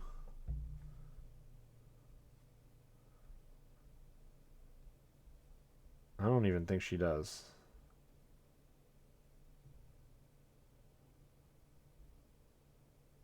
Okay, she does. All right. I guess you could use him, Chizuru, Vilk, and then 3 Clash DPSs that are imbuable. But he has to have an amp. If he doesn't have 100 amp for wind, then he doesn't do anything for wind teams. Let me pull up Melissa real quick. What's Melissa's amp? Is she above 100? With her, no, she gets to 100. Yeah, she gets to 100 on her rolling amp. So, fair enough. So if he has a 100 wind amp, then he makes wind teams in Clash viable. He doesn't make them viable outside of Clash because he only gets 300%. So you're not going to be able to take a win team to Dark Visions with this guy. All right, next. Here's a Super Trust map. STMR weapon. Boo! Reward and the Trust Master reward. Illumina Sword is the Super Trust Master reward with the attack plus 240 and is a 2-handed weapon. All right, give you guys a second there. All right, and next. Here's this vision card. Turning point. He's premium. Plus 170 and neat. Plus 70. And definitely want to showcase, yeah, I think the people in the audience notice something worth protecting. Boost attack and mask by 650. So he's going to be a premium unit that artificially creeps global only, and then he's going to get crept by the JP units that are coming in the second half of the year for us. That are already out in JP. Yep. So that is 600. All right, give you guys a second, and then. All right. Right. I think that would have needed to be like 750 or like 800 for it to be fully usable for like the next year or so. I love seeing everyone's brains cranking. They're like, oh, I can use that. And you're like, oh, there's some of you guys over here too. So, Hiroki-san, can you tell us about the new Elena? Yeah, of course. はいでね、ファンダメンタルフォースの Get ready for double premium, boys. リーダーである、エレナももう予想新たにね、登場しています。Absolutely. So Elena, the leader of the fundamental forces, will be released with a brand new look. こちらです。 Like so. Take a look. はい。ね、今回のエレナは自由自在に展開できるクリスタルの盾を Okay, so she has a stat boost field.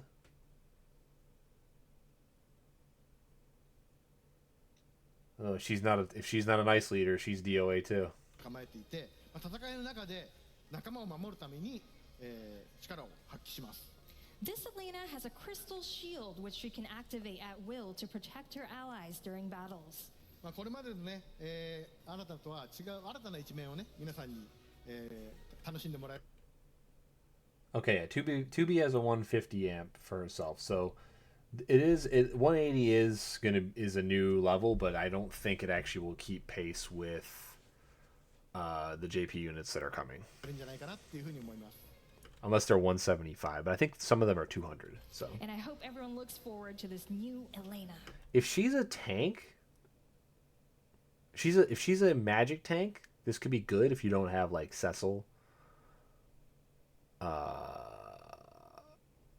But only if she has Omni cover in some capacity. ということでね、そう、じゃあエレナのユニットに関してもトニーお願いします。 All right, so for Elena as well, Tony, can you share the 300% is a details? lot for a resistance buff, though. Sure, as you all can see, the area effect that boosts attack. But if it's only ice, then- Magic Spirit for allies by 100% for 10 turns. Also, Clash of Wills' only ability that. Now, also remember that fields get overwritten, I believe, if they're the wrong class. So, like, I don't think this stacks with a amp field, but it may stack with a imperil field. Like, because I believe you can have an imperil field and an amp field out at the same time. And the reason, like, why Esther's is bad is because it dispels both fields on both sides of the battle. So you can't, like, use it with any other field, which is the problem with it. I think that's how it works. I'm not an expert, but this could be really good if you also have, like, an Ice Imperil field available. Which Tyvus and Ish have, I think, at 35. Yeah, Ice is another element that's in trouble and doesn't have a lot of good stuff, so yeah, maybe she can salvage Ice. Ice damage for caster and boost ice resistance for all allies. Guarantee by she's going to be premium, though. 300%. Watch. She'll be a physical tank that's outdone by Runda and premium. Spirit-based physical type magic attacker that can magic tank. Okay. Strong dual-wielding spirit-based physical type magic attacker with bolting strike. So that means that her STMR is definitely going to be a one-handed spirit sword for sure. It has to be because there just aren't any good. There's like Myth Given Blade +4. Like that's the only spirit sword in the game, I think, right now. So she's gonna dual wield them. She has to absolutely have one because she uses swords. She's using swords in the picture, clear in her art. Magic attacker with magic tank sub-roll, great sword and shield, able to provide physical. Does she have and Omni magic cover, damage though? That's the reduction real for question. Demon, human, and fairy, able to provide HP barrier for all allies. It also provides a barrier utility like filling moral gauge with more abilities increasing light, dark, and ice resistance to all allies. So the three elements that are in the clash. Okay. So she's only got a buff for 3 elements, which is not as good as Sylvie, but it sounds like they're higher. It might be 300 for ice and then maybe 200 or 250 for the other two. But she's not going to cover all elements like Sylvie does. I mean, they're never going to do that again. Physical type magic attacker, high damage, 27 hits, BS chain LB. Now let's take a look at the leader. It's cool that neither one of them is SLB. Boost damage for LBs. Modifier by 50x. Okay, but are they going to tell us the modifier? 350 with morale scaling. So she puts herself up to 400, which is lower than she should be. She should be like 420 to 450 minimum, at 500 if she was really going to deal real damage. But it does have scaling for morale. It only has 75 mit. It has racial mitt, and it's EN. Not that impressive. Right. Also showcasing the CGLB right there. I mean, it looks cool. Which I totally love. All right. Azura Salvation. 1x 5% is not great. There.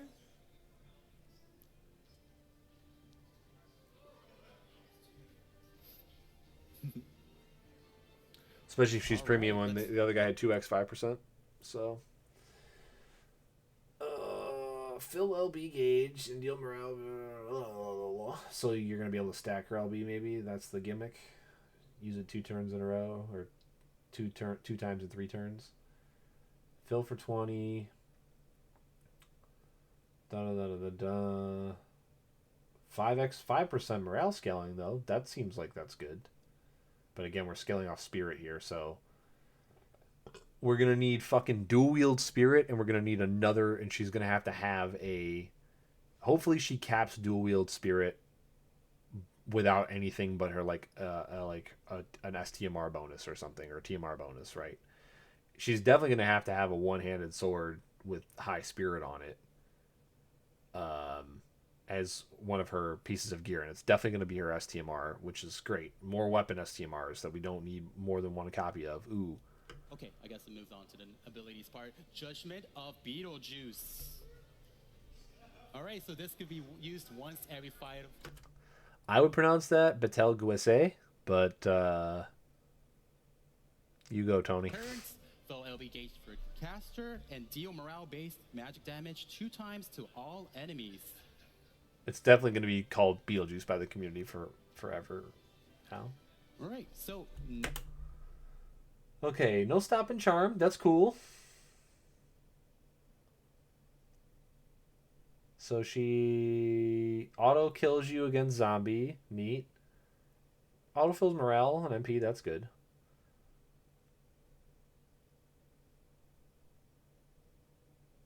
$350 morale every turn. 10%. 10%. I mean, that's nullify stop and charm on herself or the whole party. That's a question. Now, she should not be premium from what we've seen. But I have a sneaking suspicion she will be. Because she's the partner unit. Oh, and Ibarra's on the field. Why Ibarra? Ibarra's not even on her team. It should be like Louise or Vilk. Honestly, it should be Vilk, and then Vilk could get upgrades, and then that would be pretty cool, but I mean, okay, it's not a big deal for the barrier. It's just more morale fill if you have Ibarra. So they really want you to have Ibarra for this class. They want you to take all 3 of these guys. Next, let's take a look. I hope it's not overtuned for that, though. +1 ability, and this will activate when Risht is in a party and not KO'd. Right, give you guys a second there.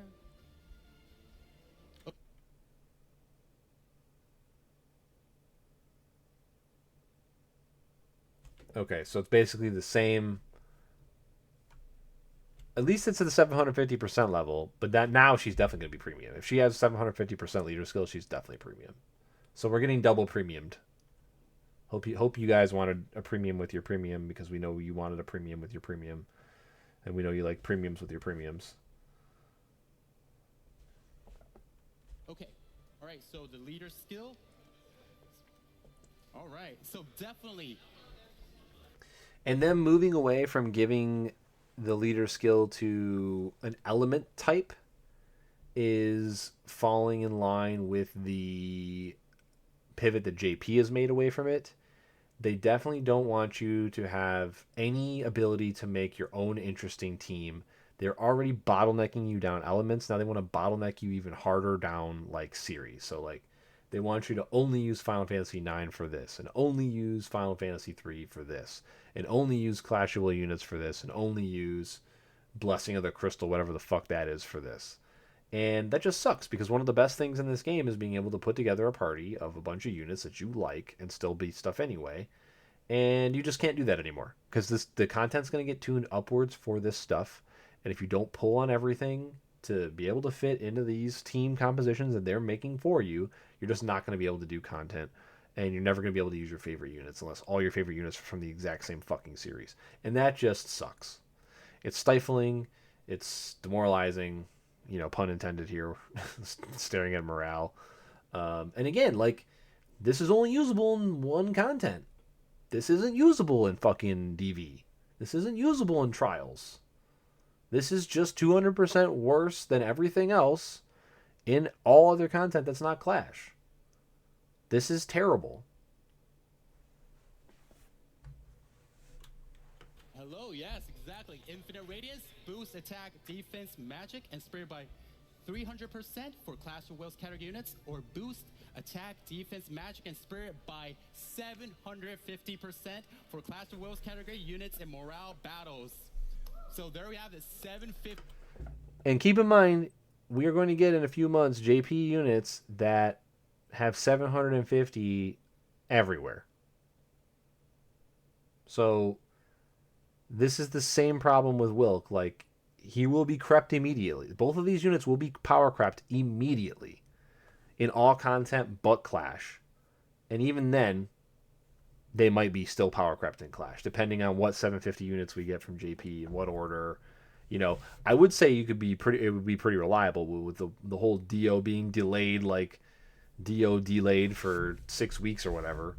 You know, and then we got another premium that was also a dark unit that had a similar leader skill, but only for mages that was better, and it was worse for everyone else. It was just a fucking mess. Like, I don't know, man. Who knows? Like, it just doesn't look good. Doesn't look like neither of these units look future proof for even 3 months, let alone 6 months, let alone a year. And you're probably gonna have to have both of them to get the most out of them.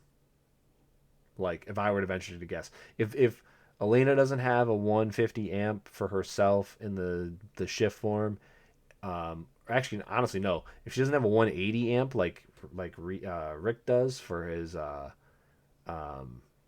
for himself, if she doesn't have a 100 amp for the party, if Rick doesn't have a 100 wind amp for the party, ugh. 50. 750. 750. Yeah. Again, though, this is assuming the crowd doesn't pay any attention to JP at all. JP already has 750 leader skill characters, which we will definitely get. They're not going to skip base JP units. They might delay them. They're not going to skip them. So Elena is super strong.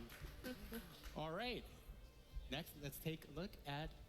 All right, there it is. Super Trust Master Reward and Master Reward the Spirit plus 230. We'll give you guys a second there to take it all in.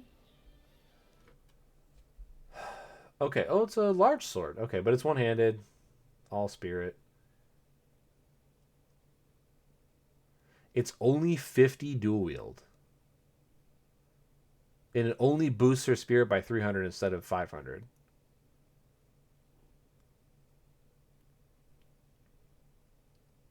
And then her TMR only. So you need to get to 200. And this is going to get you 100 with both of her. If she doesn't have 100 naturally, that's really, really bad. Or we need like an accessory or something to get upgraded that gives us 150 maybe, or 100. If she has 50 base, she's going to definitely have her sword. You're going to need her sword to be able to do anything. I really don't like this only 300 with the 230. Like, her mods didn't look that insane. Like, this should actually be like 1,000. Especially because you're going to be dual wielding and you're going to lose some damage to variants. Ugh. She's definitely premium. I'm guaranteeing you guys she's premium. She's not premium. What? She's not premium? But she has a leader skill. Well, I mean, it's only useful in one place. Okay, that's cool. Like, I'm fine with that. Like, it is kind of weird to have two non-premiums of a unit, though. I really was hoping that these would be flip reversed. That Elena would be the premium and would be like the push unit, so they wouldn't have to make a new one for a long, long time, and that this guy would be the regular unit, and then you could just, okay, well, Is this all 8? Okay, so 30 to all resist, no thing. That's a great tank card starting right there. LB damage, who cares? 50% spirit. Okay, so 50% dual wield or double hand is not terrible. And then 500 spirit. So this is a good magic tank card. I mean, it's just solid. Like, especially with the 50% HP and then the 30 to all resist. It's just a solid inline card. I can't believe she's not premium with that leader skill. Although again, if you're looking at JP, you would be very, very pissed off if she was premium, because you're going to get a 750 leader skill that works everywhere for the stuff that it hits, not just Clash. So it's one thing that, let's go back for a second here. Hold on a second.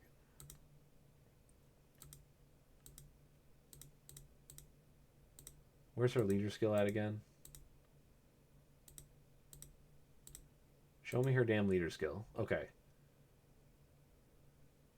Yeah, see, now if this was 750 in morale battles, this would be really, really good, because this would work in Chamber. If they added new shit to Chamber, that'd be great. You could take whoever you want. You could take, like, some of the more pushed regular units into Clash, and then they wouldn't get screwed.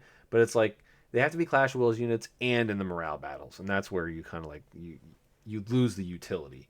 Like, if this had some kind of crazy utility, I mean, yeah, I mean, who knows, what you could, how long this unit may last, but it's probably not going to last very long when you're going to pull one unit that has this everywhere, and you're probably going to be using them instead of Elena in most battles, especially once the support units start coming through. If they start outclassing the global original supports, I don't know. It's good that she's a spirit tank, though, but again, if she doesn't have Omni cover, it's going to be tough. Hopefully she has some kind of Omni cover. And then you still have Runda, who's still dominant for physical tanking. I mean, where were we at before here? Her card? Yeah.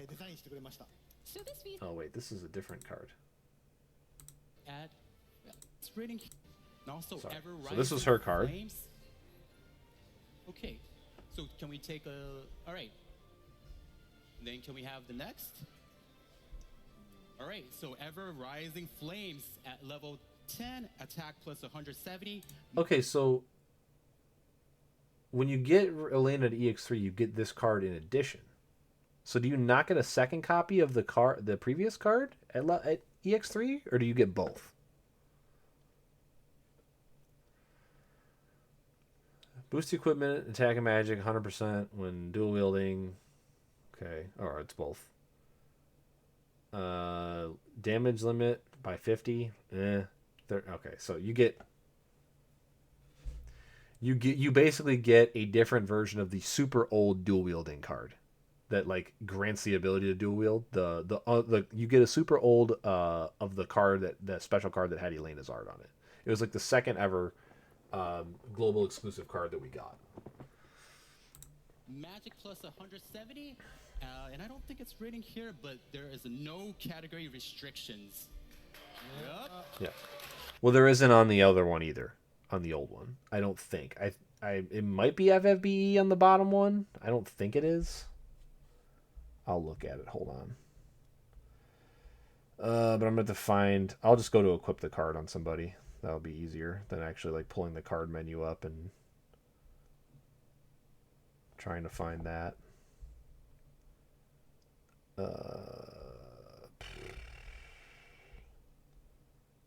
What game? Oh, the game's giving me a problem at the moment. Hold on a second.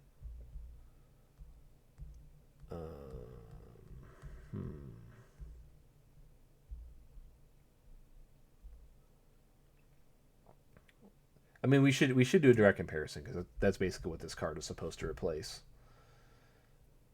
Units, equip, vision card. Okay. And the name of the card is called Warrior of the Azure Crystal. It's 110 to attack and magic. Okay, so 60 more stats.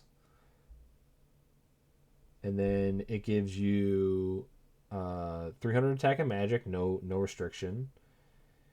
It gives you 75 human and demon killer. It gives you dual wield if you can't dual wield. It gives you chain damage limit capped.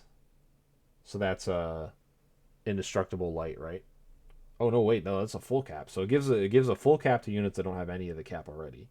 And then it gives 100% dual wield, magic, and attack. So this is just a higher stat version of the same card with no killers. Oh, this also gives 50 light resist too. It doesn't give dual wield to a unit that can't dual wield, like Elazul or something like that.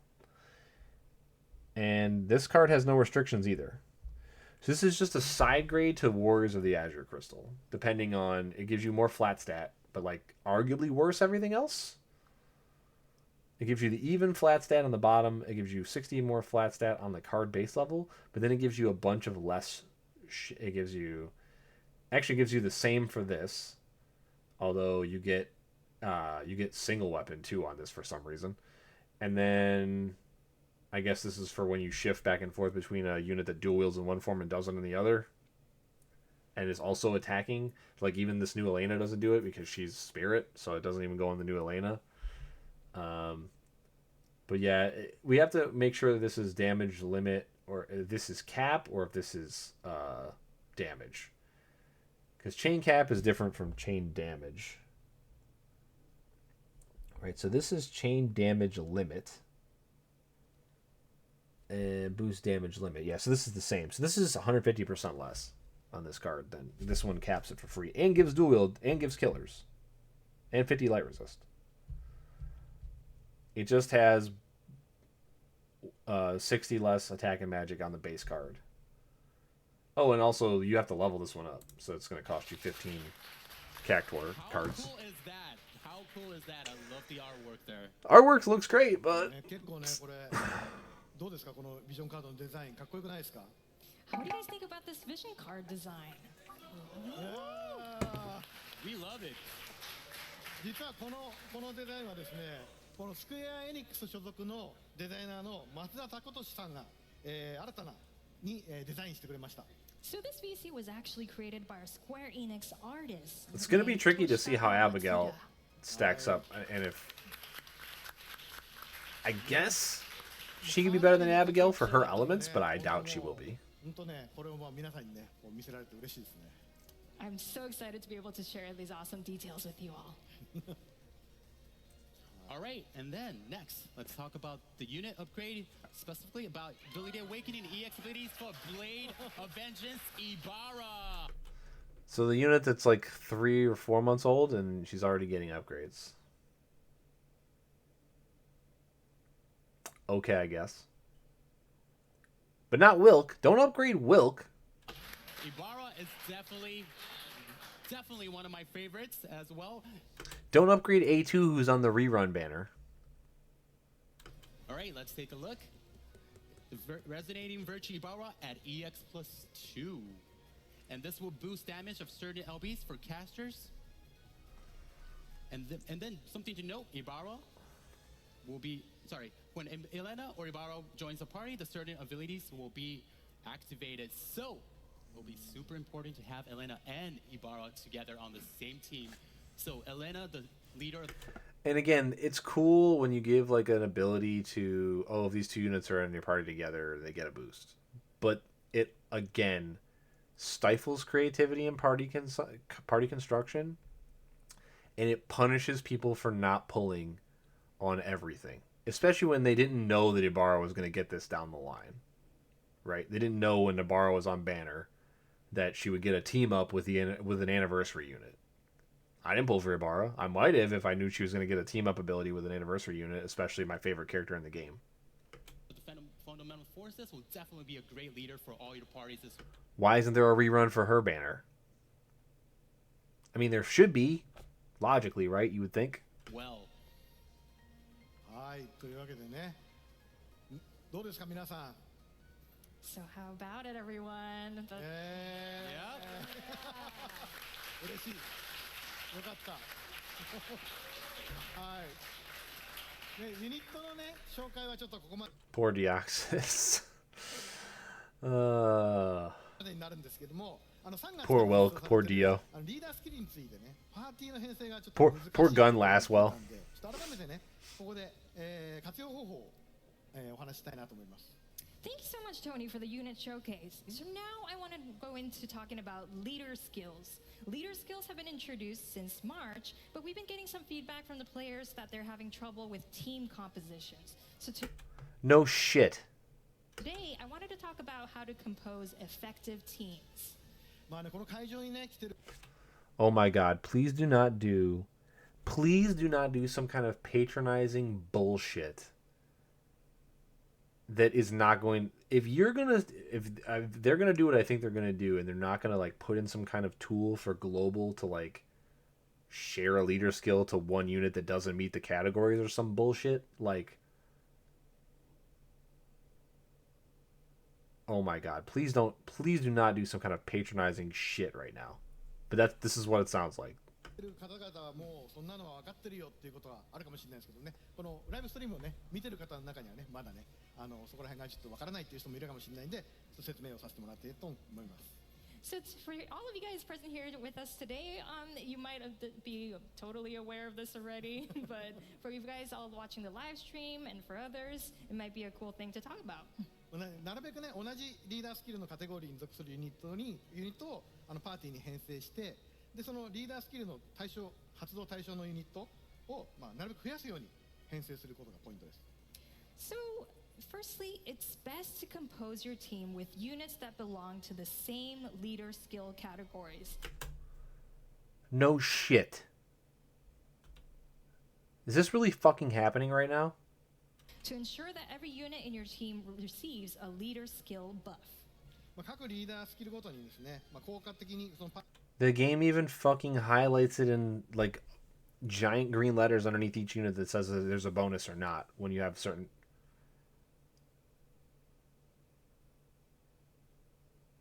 I can't believe they're doing this. パーティー全体の火力を上げる、そういう性能が上げることができるキャラクターがいますので、先日登場したエースのお礼にその一部を紹介したいなと思います。So each leader skill has a unit that is effective to boost damage and stats of the overall team. And I want to show this using Vermilion Class Zero Ace, an example who was released recently. Tony, じゃあお願いします。 All right. So as you can see, like having ace, it's better if you have like unit. Oh yeah, we have a 750 leader skill unit that came out last fucking week. It's already here. I totally fucking spaced on that. We already have a 750. There's still 3 more 500s to release. And we already have a 750 in the game.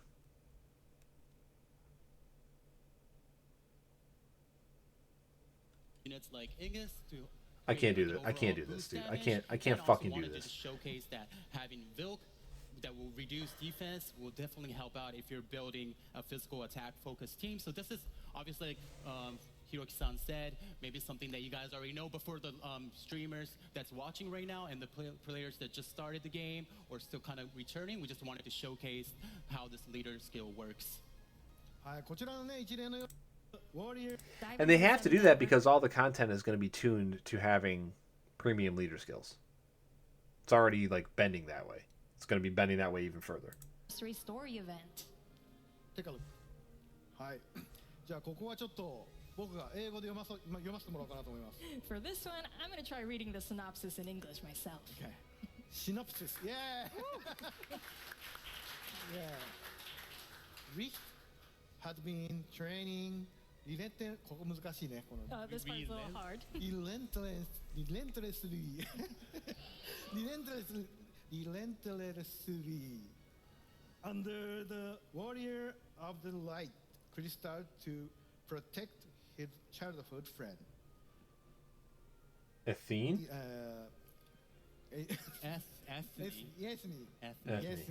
Ethne from the threat of the dark crystal. キャラクターを感じなんで。はい。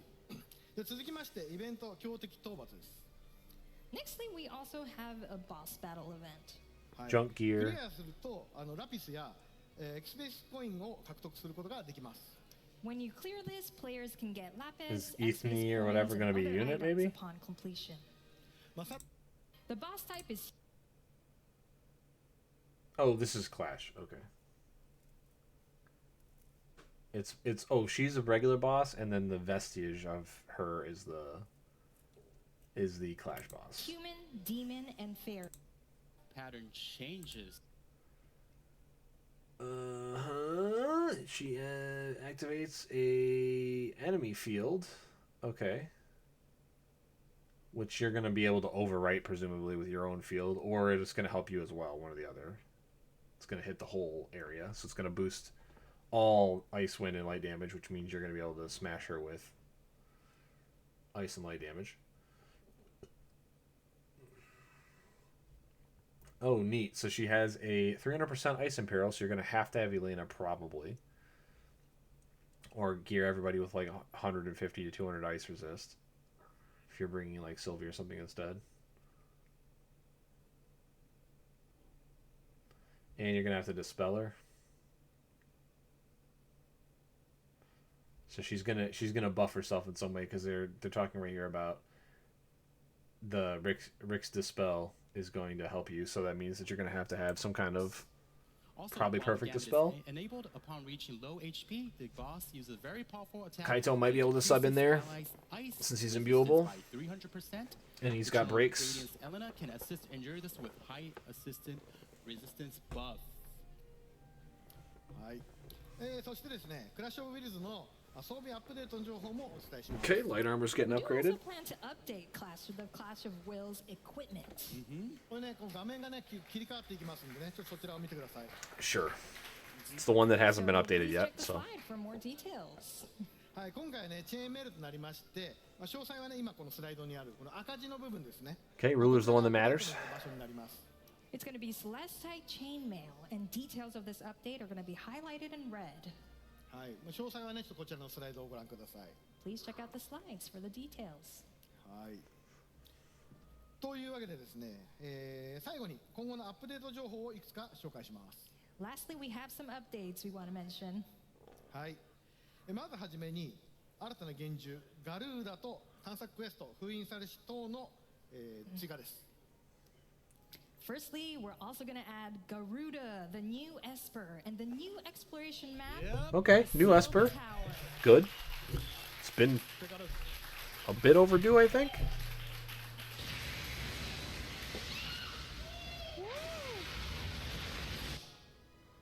Oh, ちょっと違ったね、そうだね。先にこっちだもんね。はい。 Oops, we went a little ahead. all right. So yes, Garuda. Garuda also appears in Final Fantasy 16, as y'all know. But yes, the future. Garuda's in, like, update every will be Final around Fantasy August, after a certain and this point. new exploration map, the Seal Tower, will unlock Garuda. はい。というわけで、さっきちょっと流れた映像は見なかったことにしてください。 You had a little sneak peek, but forget that you saw that. Yeah.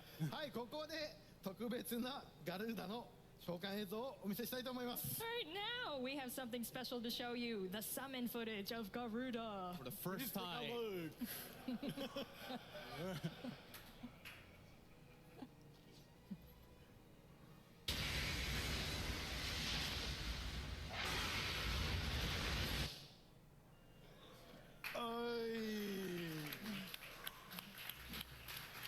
ね、こんな感じで、ね、すごくかっこよく仕上がってるんでね、ぜひ皆さん獲得してください。 It's looking super cool, so please try to get it.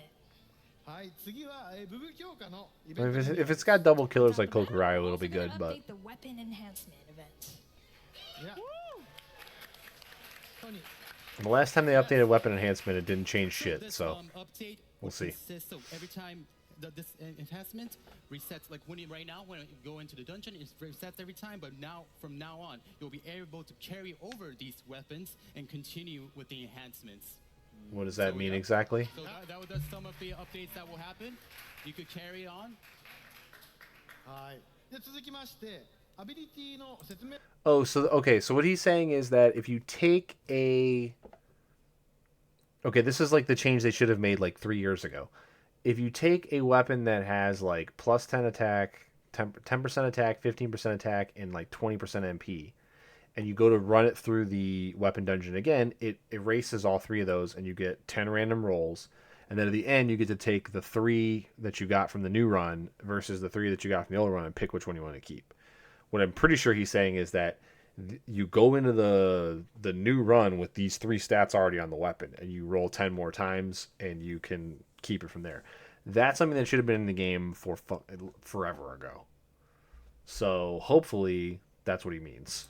名文の簡略化についてお知らせします。 Okay, so Tony, can you tell us about simplifying the ability descriptions? Sure. Can we get on the slide? All right, so there's just some minor changes for the ability descriptions. So what we have on the top left, on the red, that's how it's right.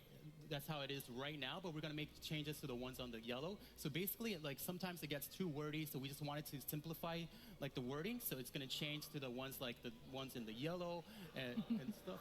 But that doesn't mean that we're not giving out the descriptions. You could just push the button and then it would, long press, and then it will show. So the ability description will still be there. We just wanted to kind of polish on the overall looks. Okay, so this is a good idea and concept, and this is bad execution if the abilities actually come out and look like this. What this should say is damage 1 enemy, page break. Second line should say 10% drain or whatever. Page break, next thing. So like this up here, this dual blade mastery fury, boosted regardless of the current damage limit and blah blah blah blah. What this should just say is 200% chain cap limit. And then another one that does say like damage should say 200% chain cap damage. And then long press still have the full text. If they're just truncating the text off and you still have to press anyway, and there's no shorthand at all, this is bad. This is actually just a downgrade. But if they actually clean these ones that are in yellow up a bit, and like, so like, let's say Heart of a Thief is the same as this one up here. Like, let's just say these are both dual, but like I said, boost damage limit for various chains by 200%, regardless of whatever. Again, you could just say 200% chain cap limit. Or whatever. 200% or plus 200% chain cap limit. And then you long press and you get this full description. If that's what they do, but this doesn't look, this looks like this is what they intend to do, which is oh my god, hopefully that's not all that they're doing with this. So yep. Okay. Yeah, chat's saying it's a downgrade. It is, that is a downgrade if it's 続きましてですね、 like that. タイ語、インドネシア語のサポート終了に関してのお知らせです。 I now want to talk about the discontinuation of Thai and Indonesian language support. はい。そうなんです。すみません。現在対応中のタイ語、インドネシア語について、この開発リソースの最適化をする観点から9月の28日 So we're down to 7 languages now? を終了することを決定しました。 I know, I'm so sorry. Our game currently supports Thai and Indonesian. However, we've decided to discontinue the support for these 2 languages on September 28th in order to optimize our resource allocation. これによってね、より皆さんにね楽しんでもらえるコンテンツを開発する方向に。 Honestly, I play a game that's not a native English language game at the moment. It's European, and it has an in-game English option. And it's mostly a translation algorithm, not like somebody actually going in and doing all the translation. And it's still totally playable. You know, grammar stuff aside, like I said in the beginning, not the best, but like it's not necessary to continue playing the game. So hopefully most of the people that are affected by this won't have an issue playing the game in say like English or Japanese or something like that. Well, the global game has Japanese language support, I think, which is weird. But I mean, like, I'm sure it won't be as big of an effect as, like cutting support for like Spanish or French would. But a lot of places learn English as well, so I'm hoping that even though they're cutting support, maybe that they can put like a algorithm in the game to at least try to translate everything that is a basic word and not like a Final Fantasy made up word, like materia or whatever. I mean, materia will probably just be there in English or Japanese, but if they can translate all the regular words with an algorithm as opposed to like paying an actual person to translate, which is probably very expensive, because I know it's expensive in most other games. Localization is very expensive, as it should be. Um, eh. But again, translating stuff less actually hopefully will impact the production, because one of their main excuses for being so poor about a lot of this stuff is having to translate into like 9 languages and that taking up so much time that they don't have time to do other things, or they can't get it translated to be able to put it in on time, and so on and so forth. So let's see if this actually helps out like the accuracy and the timelines of things that get put in from JP, and see if it gets any better. リソースを振り分けていきたいなっていうふうに思ってます。 By doing this, we would like to reallocate our resources to content development efforts to deliver even more enjoyable content to our players. もうね、本当タイ語とインドネシア語で遊んでくださってるプレイヤーの皆さん、本当に申し訳ございません。I truly apologize to players playing the game in Thai and Indonesian. 9月28日のメンテナンスの以降はですね。Also, I mean, here's the other problem, right? If that region isn't spending a ton of money and justifying the cost to translate, then the business isn't going to be able to do that. So, and I mean, I see people. I see some people in the chat here like saying, "Why? It costs money. It costs money, and they don't bring enough money from those locations, so they're going to discontinue support." Like, I hate to say this. Especially someone who's trying to learn another language very soon, once I get settled in with my new job and everything, I definitely plan to try to learn another language, something that I've wanted to do since I was younger, but just I have never had the resources to do. Like, I took some classes, but like I couldn't like fully, take enough of them to actually, get good enough to go and speak, well and even write or read, right, in a different language. So It is tough, but like I said, previous example, I play a game that has a translation like algorithm. The translation is not very good from the language into English, but like I can still totally play the game. Numbers are the same, right? So, like I said, hopefully they can lean on that, or you can use your actual device to be able to try to translate stuff in app. That stuff's getting a lot better as well. Or hopefully, like, you're familiar enough with one of the other supported languages to continue playing. But again, it's kind of rough if they're not getting enough revenue from and again, they're not making a great product right now. So them not getting a lot of revenue, I don't harbor any ill will towards anyone not spending on the game right now. I mean, I've not seen much in this live stream that's going to change my opinion. As far as I operate, which is not spending anything at the moment. But yeah, it's unfortunate, but this is what happens when you make bad decisions and so on and so forth. Like, you don't bring in the money you should. Support in some areas is going to have to stop. It's just the way it goes with the live service, which is what this is technically. Please note that the Thai and Indonesian options will no longer be available on the language option screen after the September 28th maintenance. So that kind of sucks. You should be able to still click on those and continue to play previous content. But I guess they want to slim down the whole app, maybe, by doing it. Oh yeah, the Chinese version of the game is also gone. こちらのサポートの対応に関しても9月の30日までというふうになっております。 We will also discontinue Thai and Indonesian language support for our customer support services after September 30th. これは本当開発のねリソースをどこに振り分けていくかっていうところでね、本当辛い決断ではあったんですけど、よりこのね運営を皆さんに楽しめるものを、提供していきたいということで、泣く泣くこういった決断をいたしました。 So, it's been a really hard decision to make in order to find out where to allocate our resources, but we do really want to put even more efforts into delivering enjoyable content to all of you.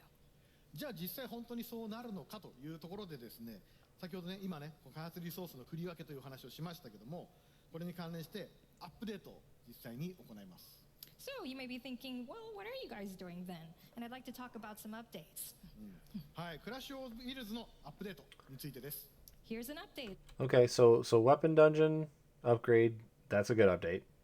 I believe that I don't know if JP already had that or not. They probably did. On Clash of Wills. はい。Okay. じゃあトニー。Lowering So, EX star like requirements? Hirok-san said, the team is in the middle of developing a big update for Clash of Wills.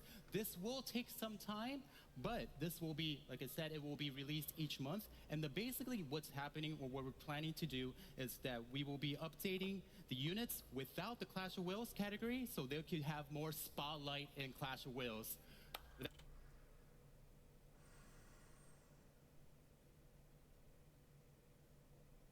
Okay, but you're releasing new units that are leader skill off of the Clash of Wills category.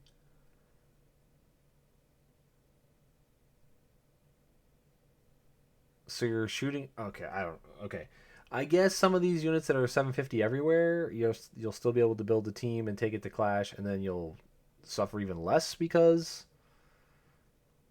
they'll have some updates for morale. Maybe. Okay. That's fair, right? Woo, wow. Okay. This 7th anniversary is very jam-packed. I mean, you have content like Rish, the equipment updates, and the story. It is really exciting. Are you guys hyped about all this? Yeah. I'm also hesitant to think that their upgrades will do anything because, like, they haven't in the past when they've done like the special, like, we're gonna give this unit a morale skill, and it doesn't really give them anywhere near enough damage to compete with the morale scaling unit anyway. But okay. Hope you guys watching are hyped too. All right, so on to the next segment. After getting all this information into your head, is a challenge from the producer, the FFBE quiz. Nice. Poll is only available on Okay, we don't give a shit about any of this. whenever. He is crying guys though. couldn't even If you guys could see. Make Hiroki eat hot stuff. Okay. Beat. Awesome. All right, Tony. Let's hear from everyone. Bye. 2 more. Natch. Yay. Okay, and so time's up. So, Tony, let's hear from everyone. All right, great job. Started with あ、わかりました。はい。まあ、結構お手洗い行ってる方もいるので。What was the that's some. Oh, we got to hear what No, Flip we has were- to say. Can I ask you a few questions too while we do this? All right. So where are you from? LA. LA. Okay.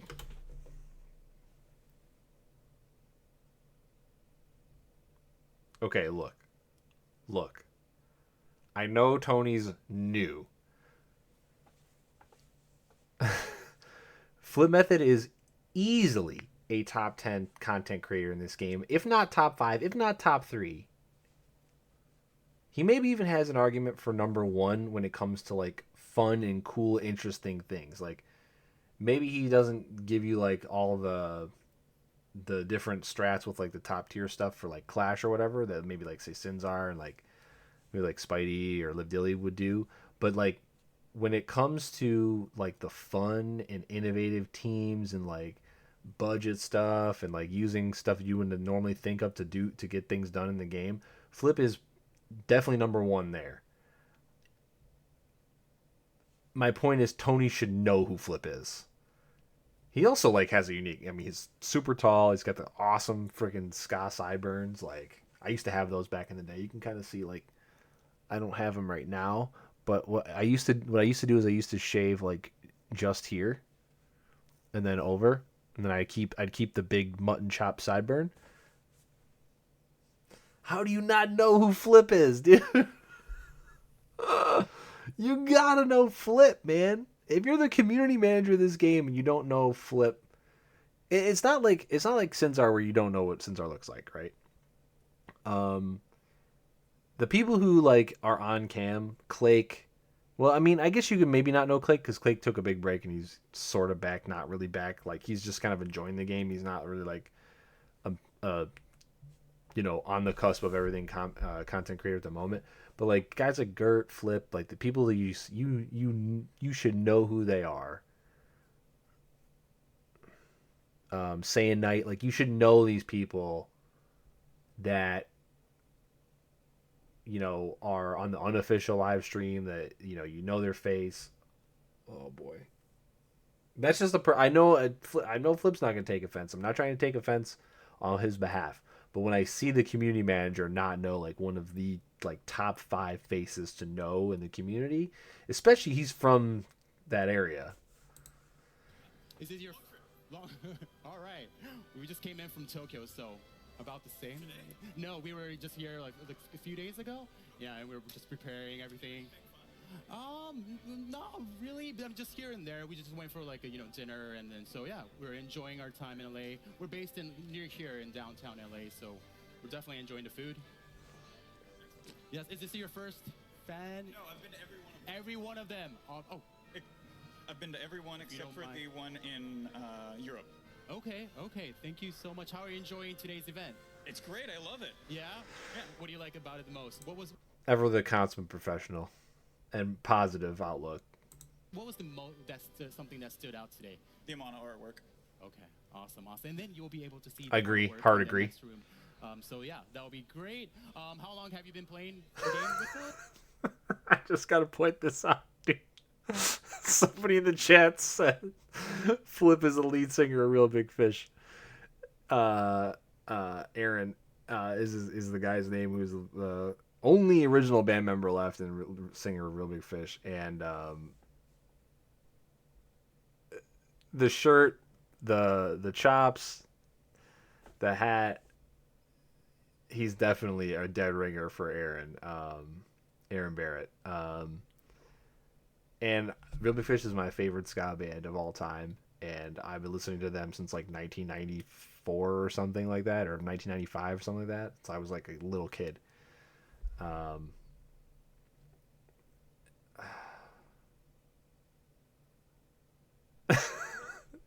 mean, yeah, awesome.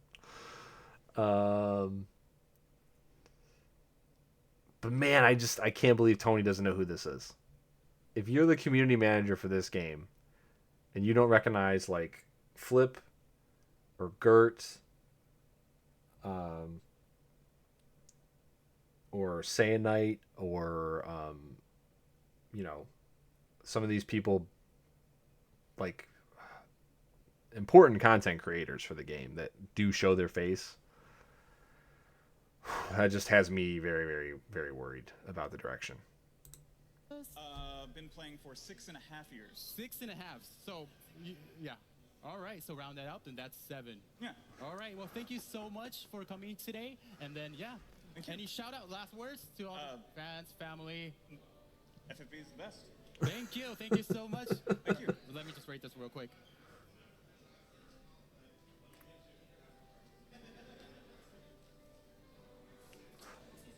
Envy Flip Thank when? you. Thank you. Thank you so much. Okay. All right. This. Hi, Tony. Nice to meet you. Hello. Thank you. Do you mind if I steal a signature also? You could be Yes. the first one in my new art book. Really? Thank you Yes, so thank much. you so much. All right. And this is my second fan fest. Okay. I also wanted to say hi to my friend Kazumi. Definitely, They couldn't be here today, so I'm sorry you couldn't be here. And I love the game. The things that I love most about it, of course, is the Final Fantasy universe stuff. We get the music, we get the characters, we get some crossover. Amen, I love brother. That aspect of just keeping it Wish fresh they and would do keeping it more moving. with it Thank you and so not much. funnel Any us down favorite the. units, or- I'm an Elena fan. I'm gonna get that new Elena. Come on. I Awesome, love Elena. awesome. We're And so everything happy. else is just charge for days. 200 more days, I might get a vision card. I hope, goddamn. So, Thank you so much for joining today. Yeah, we need more fragments, bro. All good. Need more Thank you. fragments. Everybody online, thank you so much. Thank you so much. There you are. And just for this. Thanks. So how did you get here? Also, you Okay, wait. Hold so on. much. Thank you so much for joining us today. Thank you so much. Oh, I love your outfit. Thank you so much. Can I give you the microphone?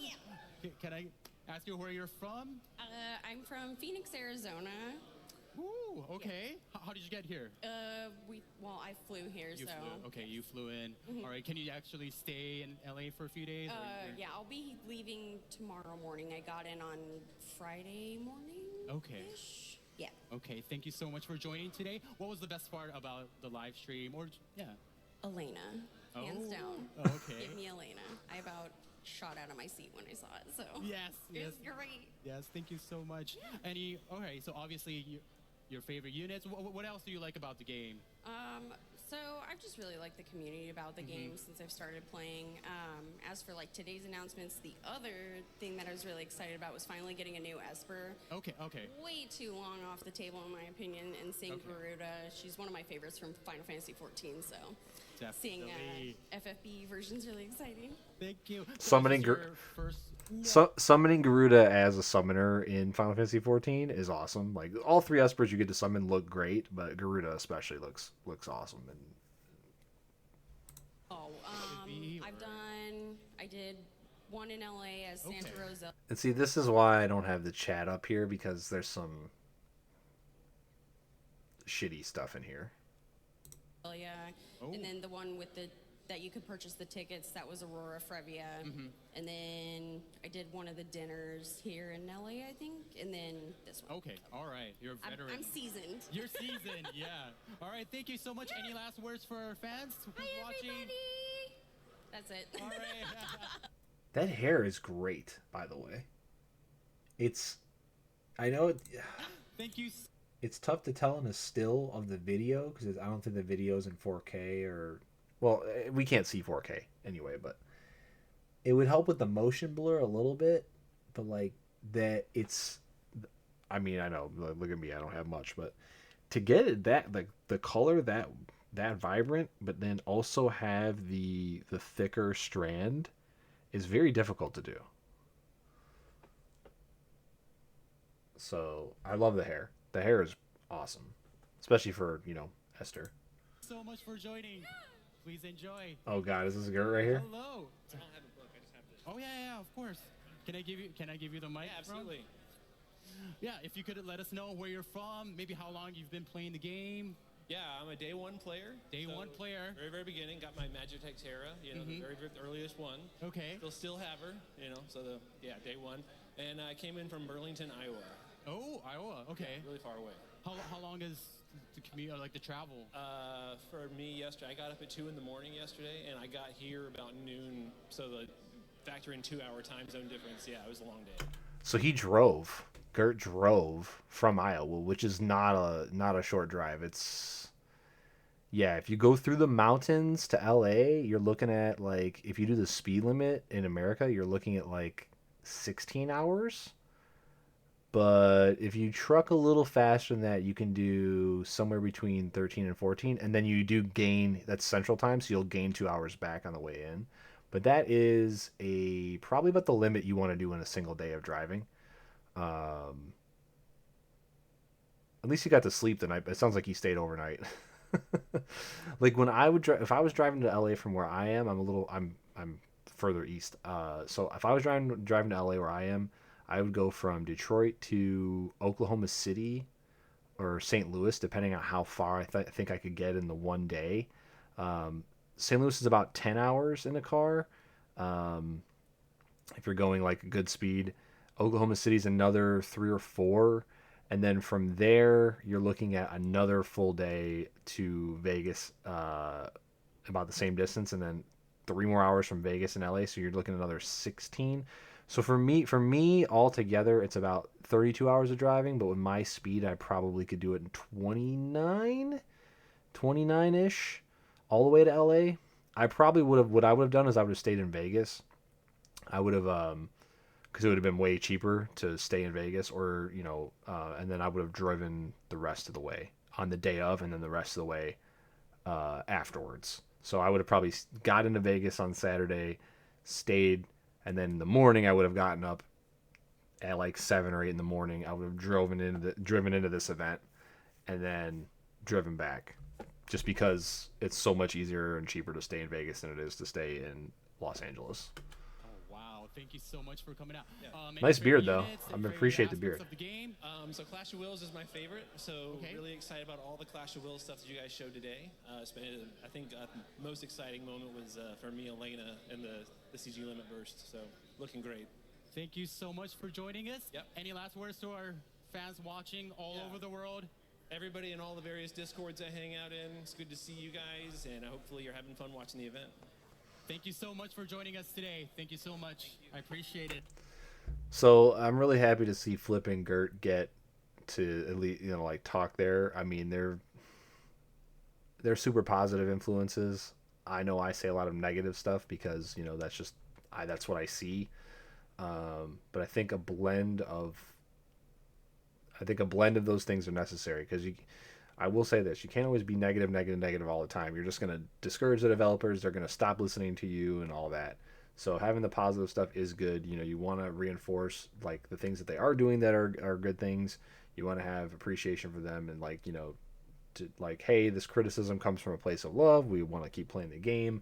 We're not trying to be mean or nasty. And here's the things I like about the game. Here are the reasons I continue to play it even when I'm not happy with what's going on in terms of maybe some of the technical stuff or some of the design decisions or whatever, right? So I'm glad that they were able to go and actually probably meet. I don't know if Gert went to one of the previous ones before. I have to ask him once he gets home, if he's not home already. I'm assuming if he drove home today that he's probably passed out and sleeping. But yeah, don't get the wrong impression. The reason I'm criticizing a lot of the stuff and I'm as upset as I am with some of the design decisions is because I like the game and I want to keep playing it. And I especially really like the community. And, I don't want to go anywhere.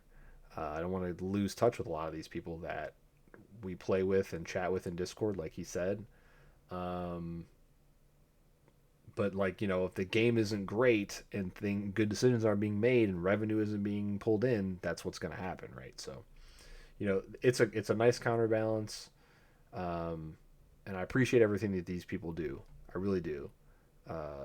I couldn't do it, and that's why I respect the shit out of it because I know I couldn't do it myself. What they do, what Flip and Gert and some of the others do. Thank you. Hello, can I give you the mic?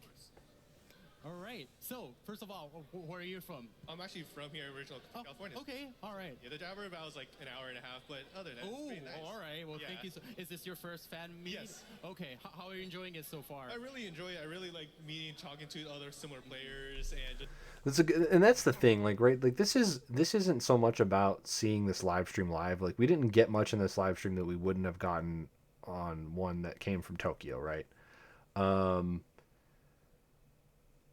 But what you get is you get to meet the other people in person that play the game, and that's the most valuable part, which is why I want a bigger venue on a Saturday coupled into some other big event, like maybe one of Sony's conventions or something like that. If they do if Sony does an event, now that E3 is gone, E3 would have been perfect for this kind of thing.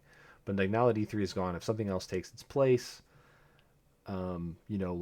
that's an actual convention with space, it would be lovely to see something that big be piggybacked onto. It doesn't have to be in that space, but in the same time where people could maybe have other things to do in LA and plan to have this be part of one of their days, or whatever, and have enough lead time so that more people could go. This would be so much better if it was 1,000 or 2,000 of us as opposed to 50, 60 people.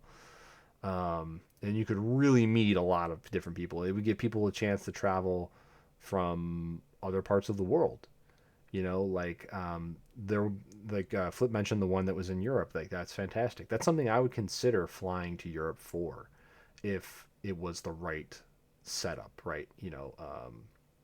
I'd love to see one in Canada, Toronto, Vancouver, something like that.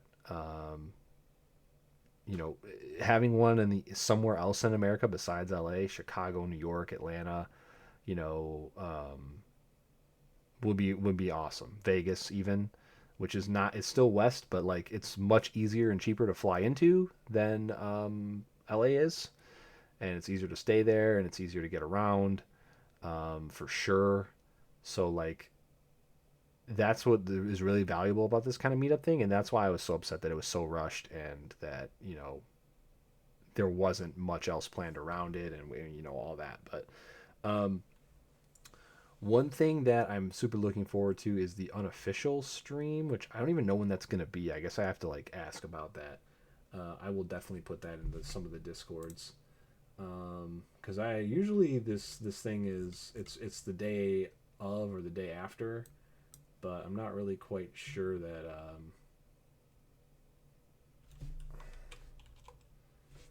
I don't know if it happened yesterday or what, but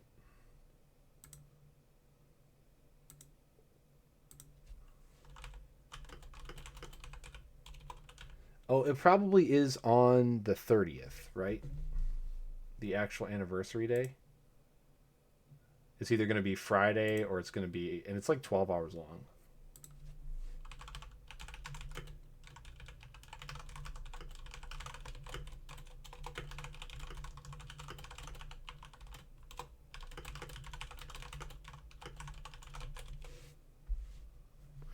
I'm asking in Discord, see if anybody knows, but yeah. Just see like how we all enjoy that. So it might be a little bit short, but first of all, thank you so much for coming out today. Where are you from? I'm from here in LA. Really hoping so. Definitely. Help me make some more collabs, and hopefully. All right, we are back. Are we back? Are we back? I think we're back. Okay.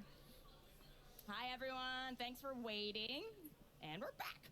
So, the next segment is this. Q&A segment. Oh boy, here we go. Are there good questions or are there not? Here, we'd like to answer some questions from the community since we were able to receive answers from the... The chat's putting in FF16 collab, but that's not a collab. Squeenix owns FF16. It's not. They won't need to do a collab for that. Okay. Operations team. So let's start with the first question. All right, can we put that up? Okay, question number one. As you can see, will be possible to... This is useless because JP has this already. We were always going to get it. It was just a matter of when. So this is again not answering a real question about the game because we know the answer to this already. Quest that award unit specific master's crown. Okay. はい。こちらはですね、7月末頃に新しい Yeah, so this is JP's already had this. They've had it for longer than 6 months. So this is late, but we will be getting it. チャンバー・オブ・シールズというセクションがボルテックスに登場します。 Yes, that's right. So for this, in late July, we're going to be adding a brand new section in the Vortex called the Chamber of 8 months Seals. late? 9 months late? アクセスするためには専用の Oh, I'm sorry. All right. 2 to 3 months late based off of when JP got it, I think. Because 6 months is about how long it takes for us to get stuff. あとユニット強化クエストもね追加しますんで見逃してしまった人も But it's like I hate these because we're supposed to get this anyway, and people are like, yes, I've been waiting for this, and it's like, yeah, but this is something you were supposed to get. Like the game is going to give you this anyway. Like you should be looking for things that are unique to global, or like improvements that JP doesn't even have. これらのイベントはね報酬を獲得できるチャンスがあります。 So the Chamber of Seals is going to be a permanent spot to host older events, including those that award unit-specific Master's Crowns and other materials. So players will be able to use a special key to access these events and claim any rewards that you might have missed. オートリピート機能もね実装予定となりますのでより一層このチャンバーオブシールズに挑戦しやすくなります。 The Chamber of Seals will also support the repeat feature, so it'll allow you to try again and again. Okay. All right, so... All right. Should we move on to the next question? I think we can. Okay. The next question. Will leader skills continue to receive updates such as the one given to Squall? Okay. The answer to this better be fucking yes. And it needs to be more often because the more you power creep old stuff and force people to buy new stuff, the more people you're going to lose. Because the game does not have enough content to justify. And again, another thing where FFBE is behind is that there's no cosmetic things for people to buy that are like, skins for like make a character look different or whatever. which a lot of other games have that actually draws a decent amount of money, and it's a great way to like not put purchasing power in the game, which is really what you're doing in this game. You have to purchase more pulls for more power, for more EX levels, for more coins to buy fragments with and shit like that. So like they're behind the 8 ball quite a bit on that. So you need a lot of good quality content. You need a lot of diverse content so that people want to have all sorts of different units to be able to play all of it. And you don't want to be sunsetting it. You don't want to be ignoring it and forgetting about it. Like, that's why I thought Chamber of the Vengeful was such a great idea. Oh my gosh, something we can do with morale that's not tied to this 2-week window, that's not going to have stuff that's always broken when it comes in and they have to fix later. They'll be able to launch a boss in a Vengeful maybe once a quarter, 4 times a year. They'll be able to, when there's bugs, they'll be able to fix it. And then those rewards are evergreen and they're useful and whatever. And they're always there for players to do later down the line. They can maybe even could add an extra stage to it later. It's less work that they have to do. There's all these things that they could be doing that would encourage you to maybe like have a different and more broad like amount of units you want to pull on, and therefore maybe you want to buy more lapis to be able to supplement that. And the more you have fun playing the game, the more you're going to be willing, the more time you're going to be spending on it, and the more you're going to be willing to spend some money on that time to improve your quality of experience. But like locking people out of stuff and saying, hey, pay to get in, I mean, it's not the best, you know. Like the DLC model works really well, and then the reason this freemium model works really well is because, you know, there's a breadth of content to do and you need all the tools to do it. And that's why you pay the money, or you have a bunch of swag stuff that you want to do with cosmetics and so on, right? So since they're caught between those two models and they don't really have anything that is competitive in terms of like the payment model for most games, they really are caught in between rock and hard place here. And I think if you give too few upgrades to people to keep old stuff relevant that they spent good money on, you're just going to be putting markers in their brain for like, oh yeah, I would spend this money, but it's just going to be fucking useless in a month, so why should I bother? And like that will bleed over into even like why play the game at all, you know. If I can't play with the Final Fantasy characters that I know and love, and I don't like any of these original characters and I'm funneled and forced to play with on every clash every single time, why should I bother playing it? I think that's the spiral that a lot of people who end up quitting go down, you know. Like I said, I don't give a shit about any of the original characters in this game at all. Maybe sans like 2 or 3. I like Elena, I like Louise, and Esther, and like that's like the only 3 characters I give a shit about. You know, and even again, it's mostly just because of their design. It has nothing to do with like what they're doing in the story, you know, because they're not really doing anything in the story. So, you know, like if you think people are playing this game for Rain and Laswell and Fina, I mean, even though those are the main characters, I'm sorry, you're very mistaken. They're playing it for Final Fantasy Tactics and Final Fantasy 7 and Final Fantasy 4 and being able to make a party with those different units together and stuff. And yeah, I don't know. I hope the answer to this is yes, because if it's not, and the answer to this could be yes, and they could completely not actually follow through with it. So. そうですね。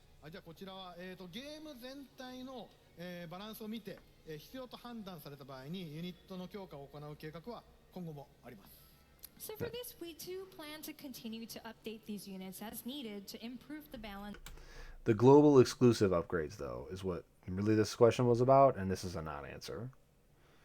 In basically, the non-answer, what it actually does tell you, though, is what we already know, which is like when a unit's premium and gets crept out of the game really quickly, we will update it because people will be very upset.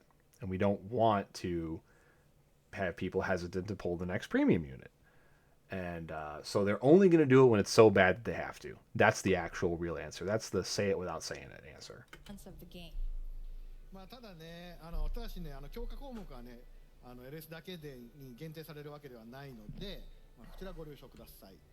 These updates are going to affect not only leader skills, but multiple aspects of the unit. で、強化をね、実施する場合には、まあ、インゲームのお知らせに随時発表していきますので、そちらをご覧ください。And when we do have upcoming updates, they're going to be announced through the in-game news, so please stay tuned. Okay. All right. Thank you. All right, and we have one more, I believe. All right, let's take out the next question. The Chamber of Supersight consumes a lot of NRG. Will the team give players more energy restores. Okay. Interesting. なるほどね。はい。ご質問。 I mean, us veterans have a million potions, so it doesn't really affect us. But yeah, new players is pretty rough. 400 energy in one day to get 20 ore is not a very good return. But there's no other way to farm ore in the entire game because everything else that gives you ore is limited. So, I mean, even this is limited to a certain aspect, right? You can only do this 20 ore a day for 400 energy. And I think you only generate about 250 energy a day or so. Like, I'm trying to remember. Maybe it's more. Maybe it's like closer to 300. It's 1 energy for every 5 minutes in a day. And then, you know, obviously if you don't log in and use it when it's capped, you're just losing it. So that makes you have to log in multiple times per day and so on, which is, again, not why I signed up to play this game. I signed up to play this game because I could log in, do everything in 30 minutes and bounce if I wanted to, or I could grind stuff for 4 hours if I wanted to. A lot of games don't let you do either one of those things. A lot of games make you do one and then idle for 23 hours or the other and like be on the game for 8 hours a day. And I don't like either one of those things forced down my throat. So what they really should do is just make it costless and give you more ore. It should be 50 per run and you should get 20 ore per run or 10 ore per run. Yeah, so 40. They should give you 40 ore for 200 energy instead of 20 ore for 400. I mean, I've been doing it every day since they made it available. I capitalized on when it was broken, and you could do it. You could get the bonuses over and over again for like the 2 days you could even do it. And I've spent all my EX coins on relics, and I still have not maxed out Siren, Golem, Titan, Rama. I'm close to Shiva, Fenrir, and there's like one more. No, I think that's everything. Oh, and then there's going to be the new one, so Garuda. So like, that's still a lot to not have access. And I mean, you know, and Ifrit was a lot. You know, we're talking about 1,400 points worth of ore to do all 4 beast killers with the Galvanite. I mean, it's getting rough. And I mean, if you're a new player, you're so far behind in Espers. It is terrible how far behind you are in Espers. It's definitely something you cannot make up. There definitely needs to be a better way to get ore, especially for newer players. Thank you so much for this question. はい。まあね、全体的に体力回復薬の数がね、不足しがちなことは Answer: Maybe. 把握しています。If people complain about it enough. 把握してます。 So we have indeed noticed that the amount of energy restore items does seem to be scarce. なので報酬などでね、配布量を増やしていくことを検討したいなと思います。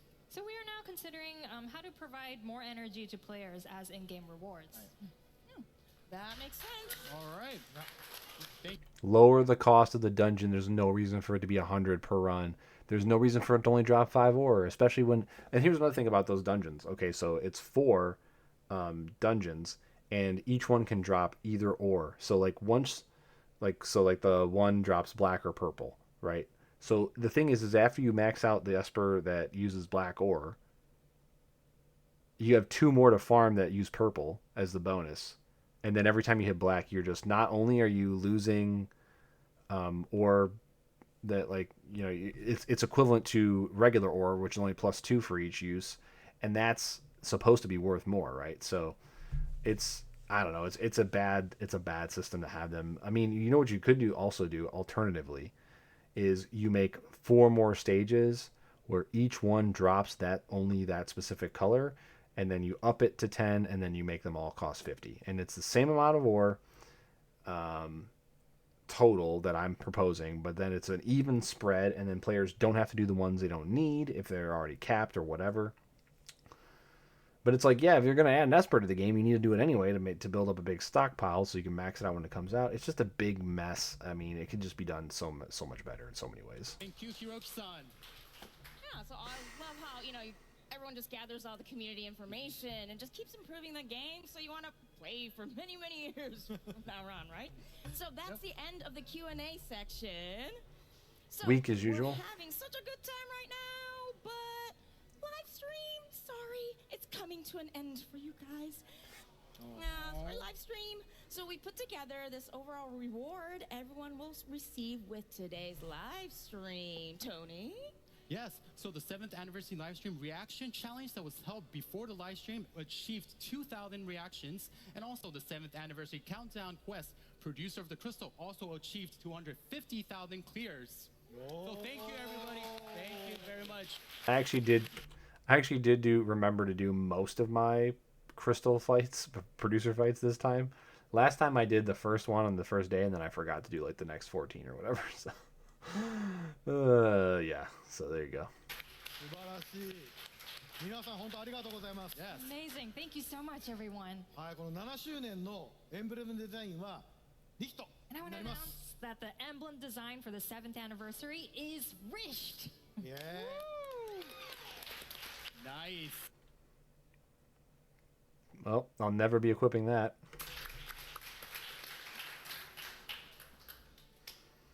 So what are the rewards that you can get from the live stream, Tony? All right, so let's take a look at the rewards that we obtained during this live stream. All right. So Less than a quarter of a pity for one non-premium unit. At least you get an MV guaranteed 10+1. So you get an MV unit. So this is what we got. So there's 7,000 Lapis, guaranteed ticket, 5-star MV times 2, MV guaranteed 10+1, and summon ticket times 1. All right. Do we get another slide? I guess is that? And okay. All right. Yay, PowerPoint. All right, but still, that's if this. I don't know. What do you guys think about this? Is that? Yeah. All right. But I remember last year when I first joined this live stream. I think we had more rewards last year. Right? Right? So, yeah, because that was my first appearance and I really clearly remember. I think we did more last year. What do you think, Hiroki-san? もちろん今回もちゃんと用意しています I knew everyone was gonna want more. If there's no like fragment like thing like we got last year, it's a huge fucking disappointment, dude. Like we got what, like 300 fragments last year? I mean, you had to get like, it was like 30 a week for 10 weeks, but we got like, or 50 a week for 6 weeks. It was something like that. We got like 300. We got like the equivalent of like 300 fragments, select tickets basically, in blocks of 5 or 10, I think. 10 for non-premium, 5 for premium. So like, yeah, if we don't get like that equivalent this year, it's yeah. Producer プレゼントはこちらです So of course I came prepared. Here it is.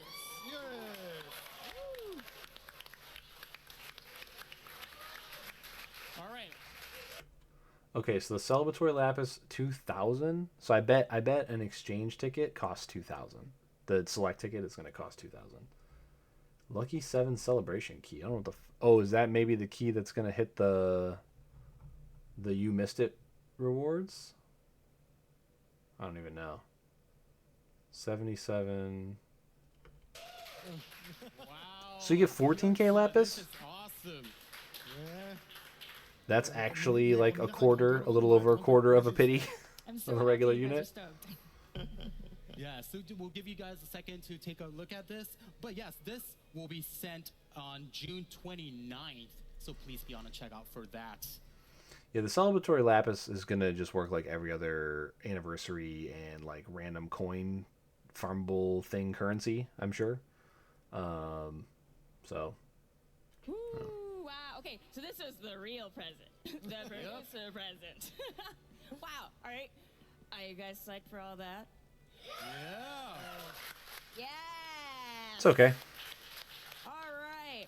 So actually, I'd rather have 300 we will fragments. now actually move over to the center stage. Okay. Yeah. Ooh. And see us. So 14,000 lapis. So. Yeah. So Hiroki-san. 14,000 lapis is like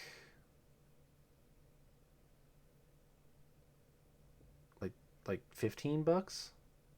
Wait, no. 20K. Oh no, yeah, it's like $50 worth, isn't it?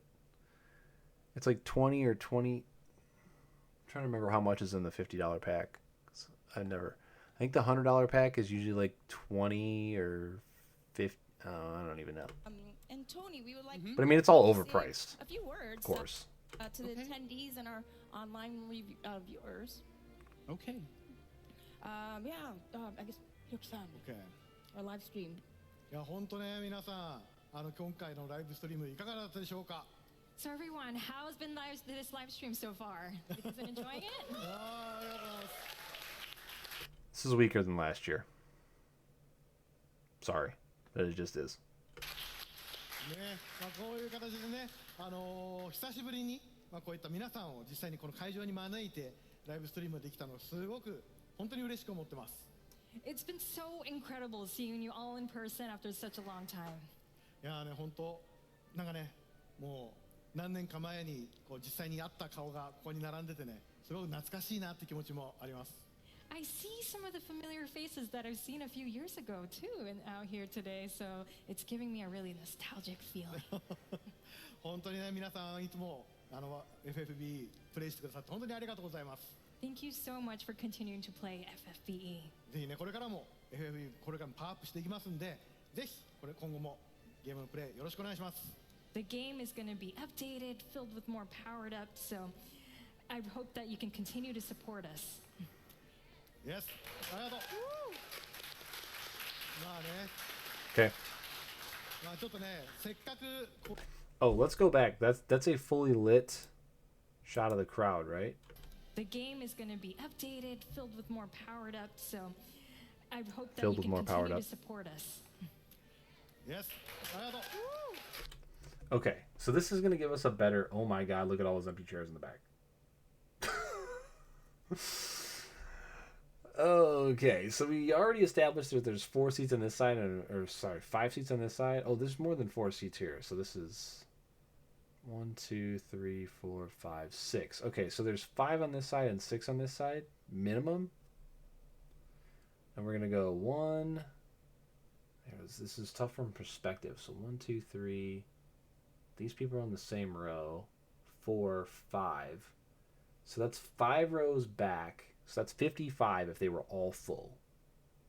All the way across. From like here to probably about here. So we got like an extra... 7. So we got about an extra 10 people. I mean, it's nowhere near 100. This is about 60 people. Am I being generous?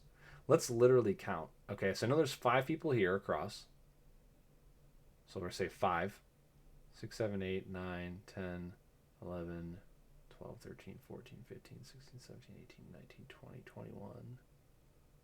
Okay, 22, 23, 24, 25, 6, 30, 31, 32. Did I get? Oh, I didn't get any of these people. 32, 33, 34, 35, 36, 38, 39, 40. Now let's go over to the other side. 41, 42, 43, 44, 45, 46, 47. And then, like, if you count these people back here, you're looking at 50. So this is about 50 people. 50 to 60 people. Maybe there's some more people over here that we can't see on further to left of the camera here. But for the amount of money this game makes and the amount of people that play it, this is not great. I was hoping for 1,000. When they announced this, I was like, I think that 1,000 people, if they put in the right place, 1,000 people in like around a convention or some kind of event in the city that they put it in, that's like gaming related, like a convention or like a fighting game tournament or a fucking mobile game expo or like a Sony showcase or something like that, like or a Square Enix showcase of something similar, like. But yeah, like this is clearly thrown together like the last minute, and I don't even know why they bothered, to be honest. I'm glad these people got to go and meet each other, but when you think about how many people probably wanted to and definitely could not make this, and like how it wouldn't even be able to fit a good amount of us anyway, it's really discouraging. It's cool that they actually even do it though. I mean, a lot of games would ever even bother to do something like this. So yeah, I think I'm pretty accurate on how many people. ちょっとね、せっかくこういう機会なんで、そこにつまらないとスタッフから言っちゃダメって言われることが Full screen to back. And there is something I can't reveal. Yeah, a good point in chat here is like the rewards are much more focused on new players than vets that are keeping the game alive. No double NV shard dungeon, no like, you know, not even like 100 fragments of your choice or whatever. Feel too much at this time. 実はとあるコラボレーションを今計画しています。 But I can say that we do have a new collaboration in the works. まだねちょっとね詳しくはちょっと言えないんですけど、ぜひ。 Okay, what collaboration would I want that hasn't already been done? That's like possible with Square. A lot of the Western IPs have been sold to Embracer, so you're not going to get another Tomb Raider or any of that stuff.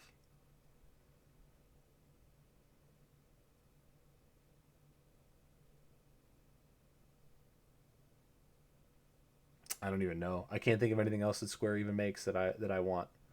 I mean, I want Final Fantasy Tactics, I want Final Fantasy 14 units, but like those aren't technically collaborations. I mean, Chrono Trigger, I guess, is the one big one that they've not done. Or Secret of Evermore. One of those two, I think. That's probably it. Earth... they couldn't do Earthbound. They don't own that. Yeah, I guess it would be Chrono Trigger or Secret of Evermore, right? It would be the only ones that are actually viable. And that they own the property to that I actually would want. I don't want Chrono Cross Trigger. And we already have Chrono Cross. 楽しみにしてください。きっと喜んでもらえると思います。 I can't spill too much of the details. Do they own Nier? Is Nier a Square Enix product? Unfortunately, but it's bound to be.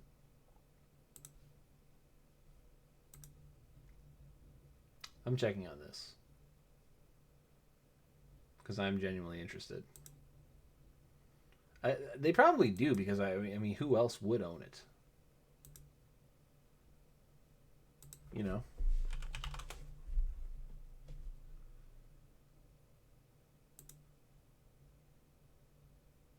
Yeah. Okay, Platinum developed it, but Square helped develop it and publish it. Yeah. So, like, do we even have collabs that are not Square owned? I don't think so. Like, there's no like Sonic or any Nintendo shit in the game. Oh, okay. So Chrono Trigger. Do they own Vandal Hearts?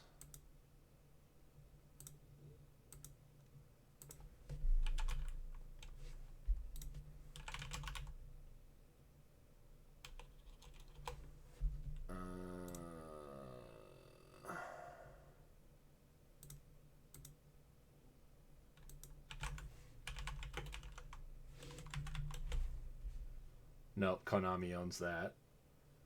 They don't own Tactics, Ogre, or Ogre Battle. Okay, so I guess what I would like to see, if not Chrono Trigger or like the previous Final Fantasy games I mentioned, I'd like to see them go back to Deus Ex Machina, and I would like to get an NV like JC Denton or Adam Jensen or whatever. NBA Adam Jensen, give me like an NV JC Denton or something like that. Deus Ex Machina is probably like where I want them to go. Be a blast. So please. But I'd rather have FFT or FF14. Tactics or 14 I'd rather have than any collab. Soon t-shirt. Yes. Hype, hype, hype. Woo. Somebody said Persona. They don't own Atlas owns Persona. They don't own Persona. Has there been a collab that's not Square-owned product? Okay, so Tony, a couple last Okay, words for me, this was There hasn't by been, right? far the best live stream ever. Thank you so much, everybody. Thank you so much for joining us. Thank you. I've had such a great time. Just one thing I just wanted to mention quickly is that some of our promo team and like production team, they flew in with us and they're not obviously here on the stage, but they worked really hard to make this happen. So if you guys could be so kind enough, please give them a round of applause too. So thank you very much. We love you all, and we They can't own wait Neo? to come back No. and do another fan meeting with you all. Thank you very much today. And we'll be What does around, Square so even own let's chat anymore? later. Yes, especially for our live audience here. Exactly. So thank you, Hiroki-san. But yeah, so they sold Tomb Raider and Deus Ex and all their westernized property to Embracer Group. So like, I'm like trying to think of Japanese stuff that they own, and I can't even. Chrono Trigger is like the only thing I think. And Tony, and this is a wrap for the Final Fantasy Brave Exvius 7th anniversary live Do they own like Star Ocean or Ys? That's probably what we're gonna get. stream. Thank you everyone out there for watching. And, it was a pretty long session today, and we loved your enthusiasm. We saw all of your chat comments, and thank you for supporting the FFBE series. So we hope to see you again. Bye. See you in the next live stream.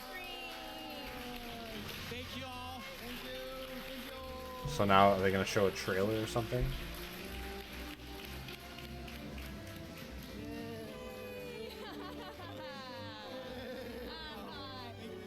Are they just gonna not?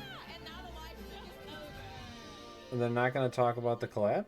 They're not gonna announce it now? So now that everything's over, thank you everyone. And say that we do have a new collaboration in the works. まだねちょっとね詳しくはちょっと言えないんですけど、ぜひ楽しみにしてください。きっと喜んでもらえると思います。I can't spill too much of the details, unfortunately, but it's bound to be a blast. So please. もうちょっと待ってくださいね。Can't even announce the fucking collab, dude.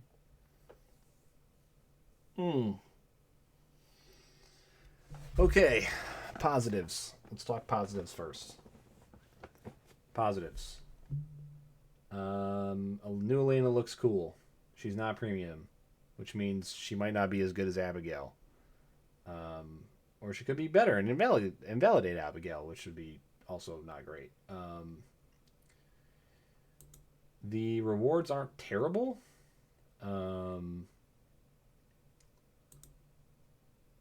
So we're getting this other garbage currency that's going to let us buy a NV Select that should be a decent unit. There's that.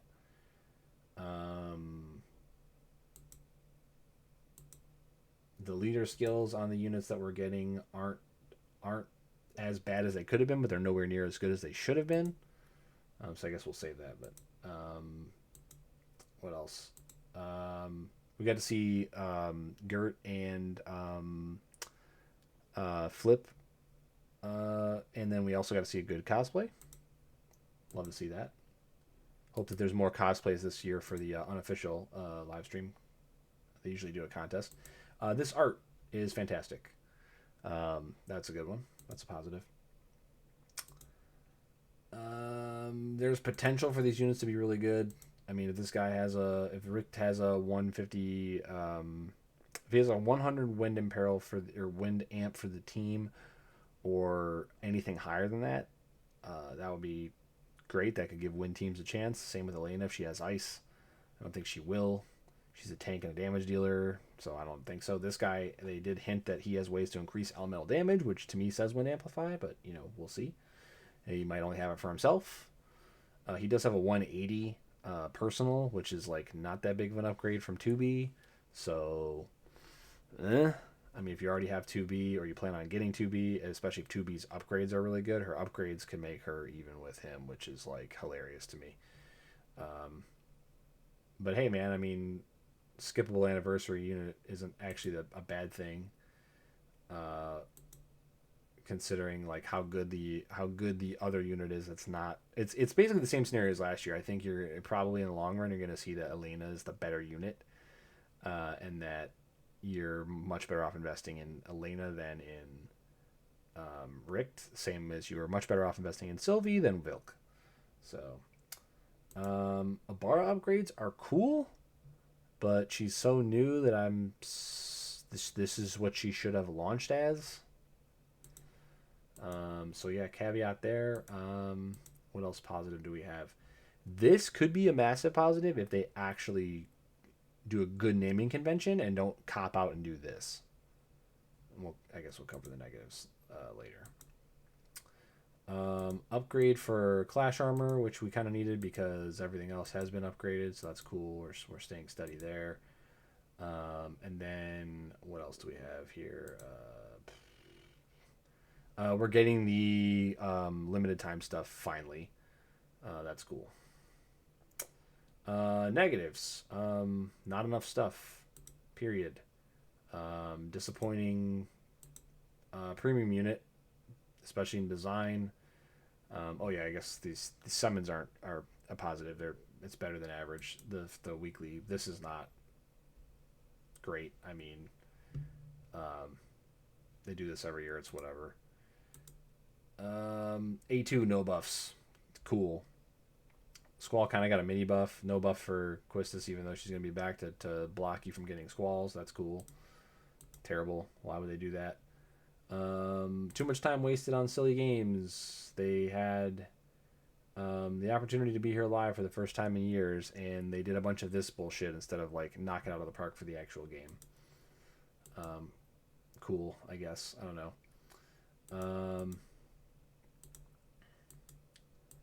Yeah, let's skip past all this bullshit. The cards. Elena's secondary card and the card attached to that Brilliant Art. Not really good cards. Unfortunate. Leader skills not being also a type, only a series, and then only actually being good in the clash battles, which means you won't be able to use them in trials as leaders. Which is going to still keep the pressure on you to pull all the JP units. Why was Abara buffed instead of a unit that really needed it, like Wilk? So this is a positive and a negative. Patronizing. This is how you use leader skills. Okay, make a new player tutorial video and like promote it. All right, whatever. Currency, anniversary currency that looks like Lapis that actually isn't Lapis. Don't like it. Just give us a seventh anniversary coin. I hate that this is going to be like, it's Lapis, but it's trying to trick you into. It's just bad psych. Whatever. Garuda. Okay, yeah, Garuda positive. We can finally get into the new Esper, but negative, and you're gonna have to fucking farm like 8K ore or whatever just to max this out. Cool. Here's the reverse side of this.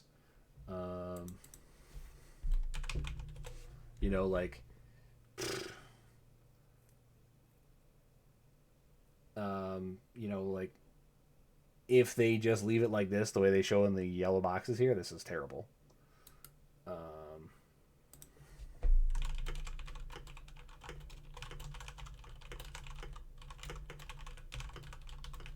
Okay, so I just got confirmation that the unofficial anniversary live stream is July 15th, so make sure you tune into that. I think that's going to be on...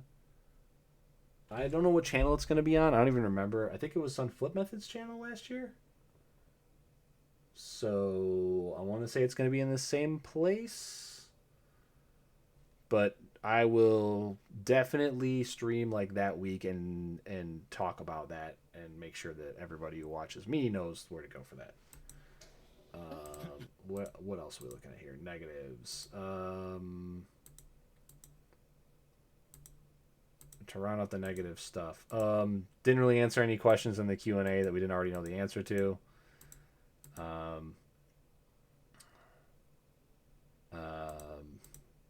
Again, which is normal. And we don't know what these keys are for, and we also don't know the new collab. So big live stream live. You got people in the building.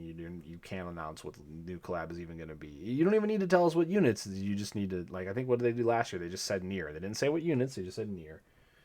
So I don't know. If I had to rate it, I'd give it like a 3 out of 10. I just think that we still don't know the direction, the actual design philosophy choices that are being made, or we don't know why a lot of them are being made, other than to just try to squeeze as much money out of us as they can, and for a minimal input. And I don't know. I don't know, man. I don't like the direction of the game. I don't like where it's going. I wish I saw stuff today that kind of like turned me on it, but I didn't see the things I needed to see. No fragments again. Like last year, we got a bunch of fragments like that helped out immensely. And it's definitely even more needed this year, where we have so many more premiums that we have to buy instead if we want to keep up. Yeah, I mean, I don't know. I wish I had more positive things to say, but I just don't see them.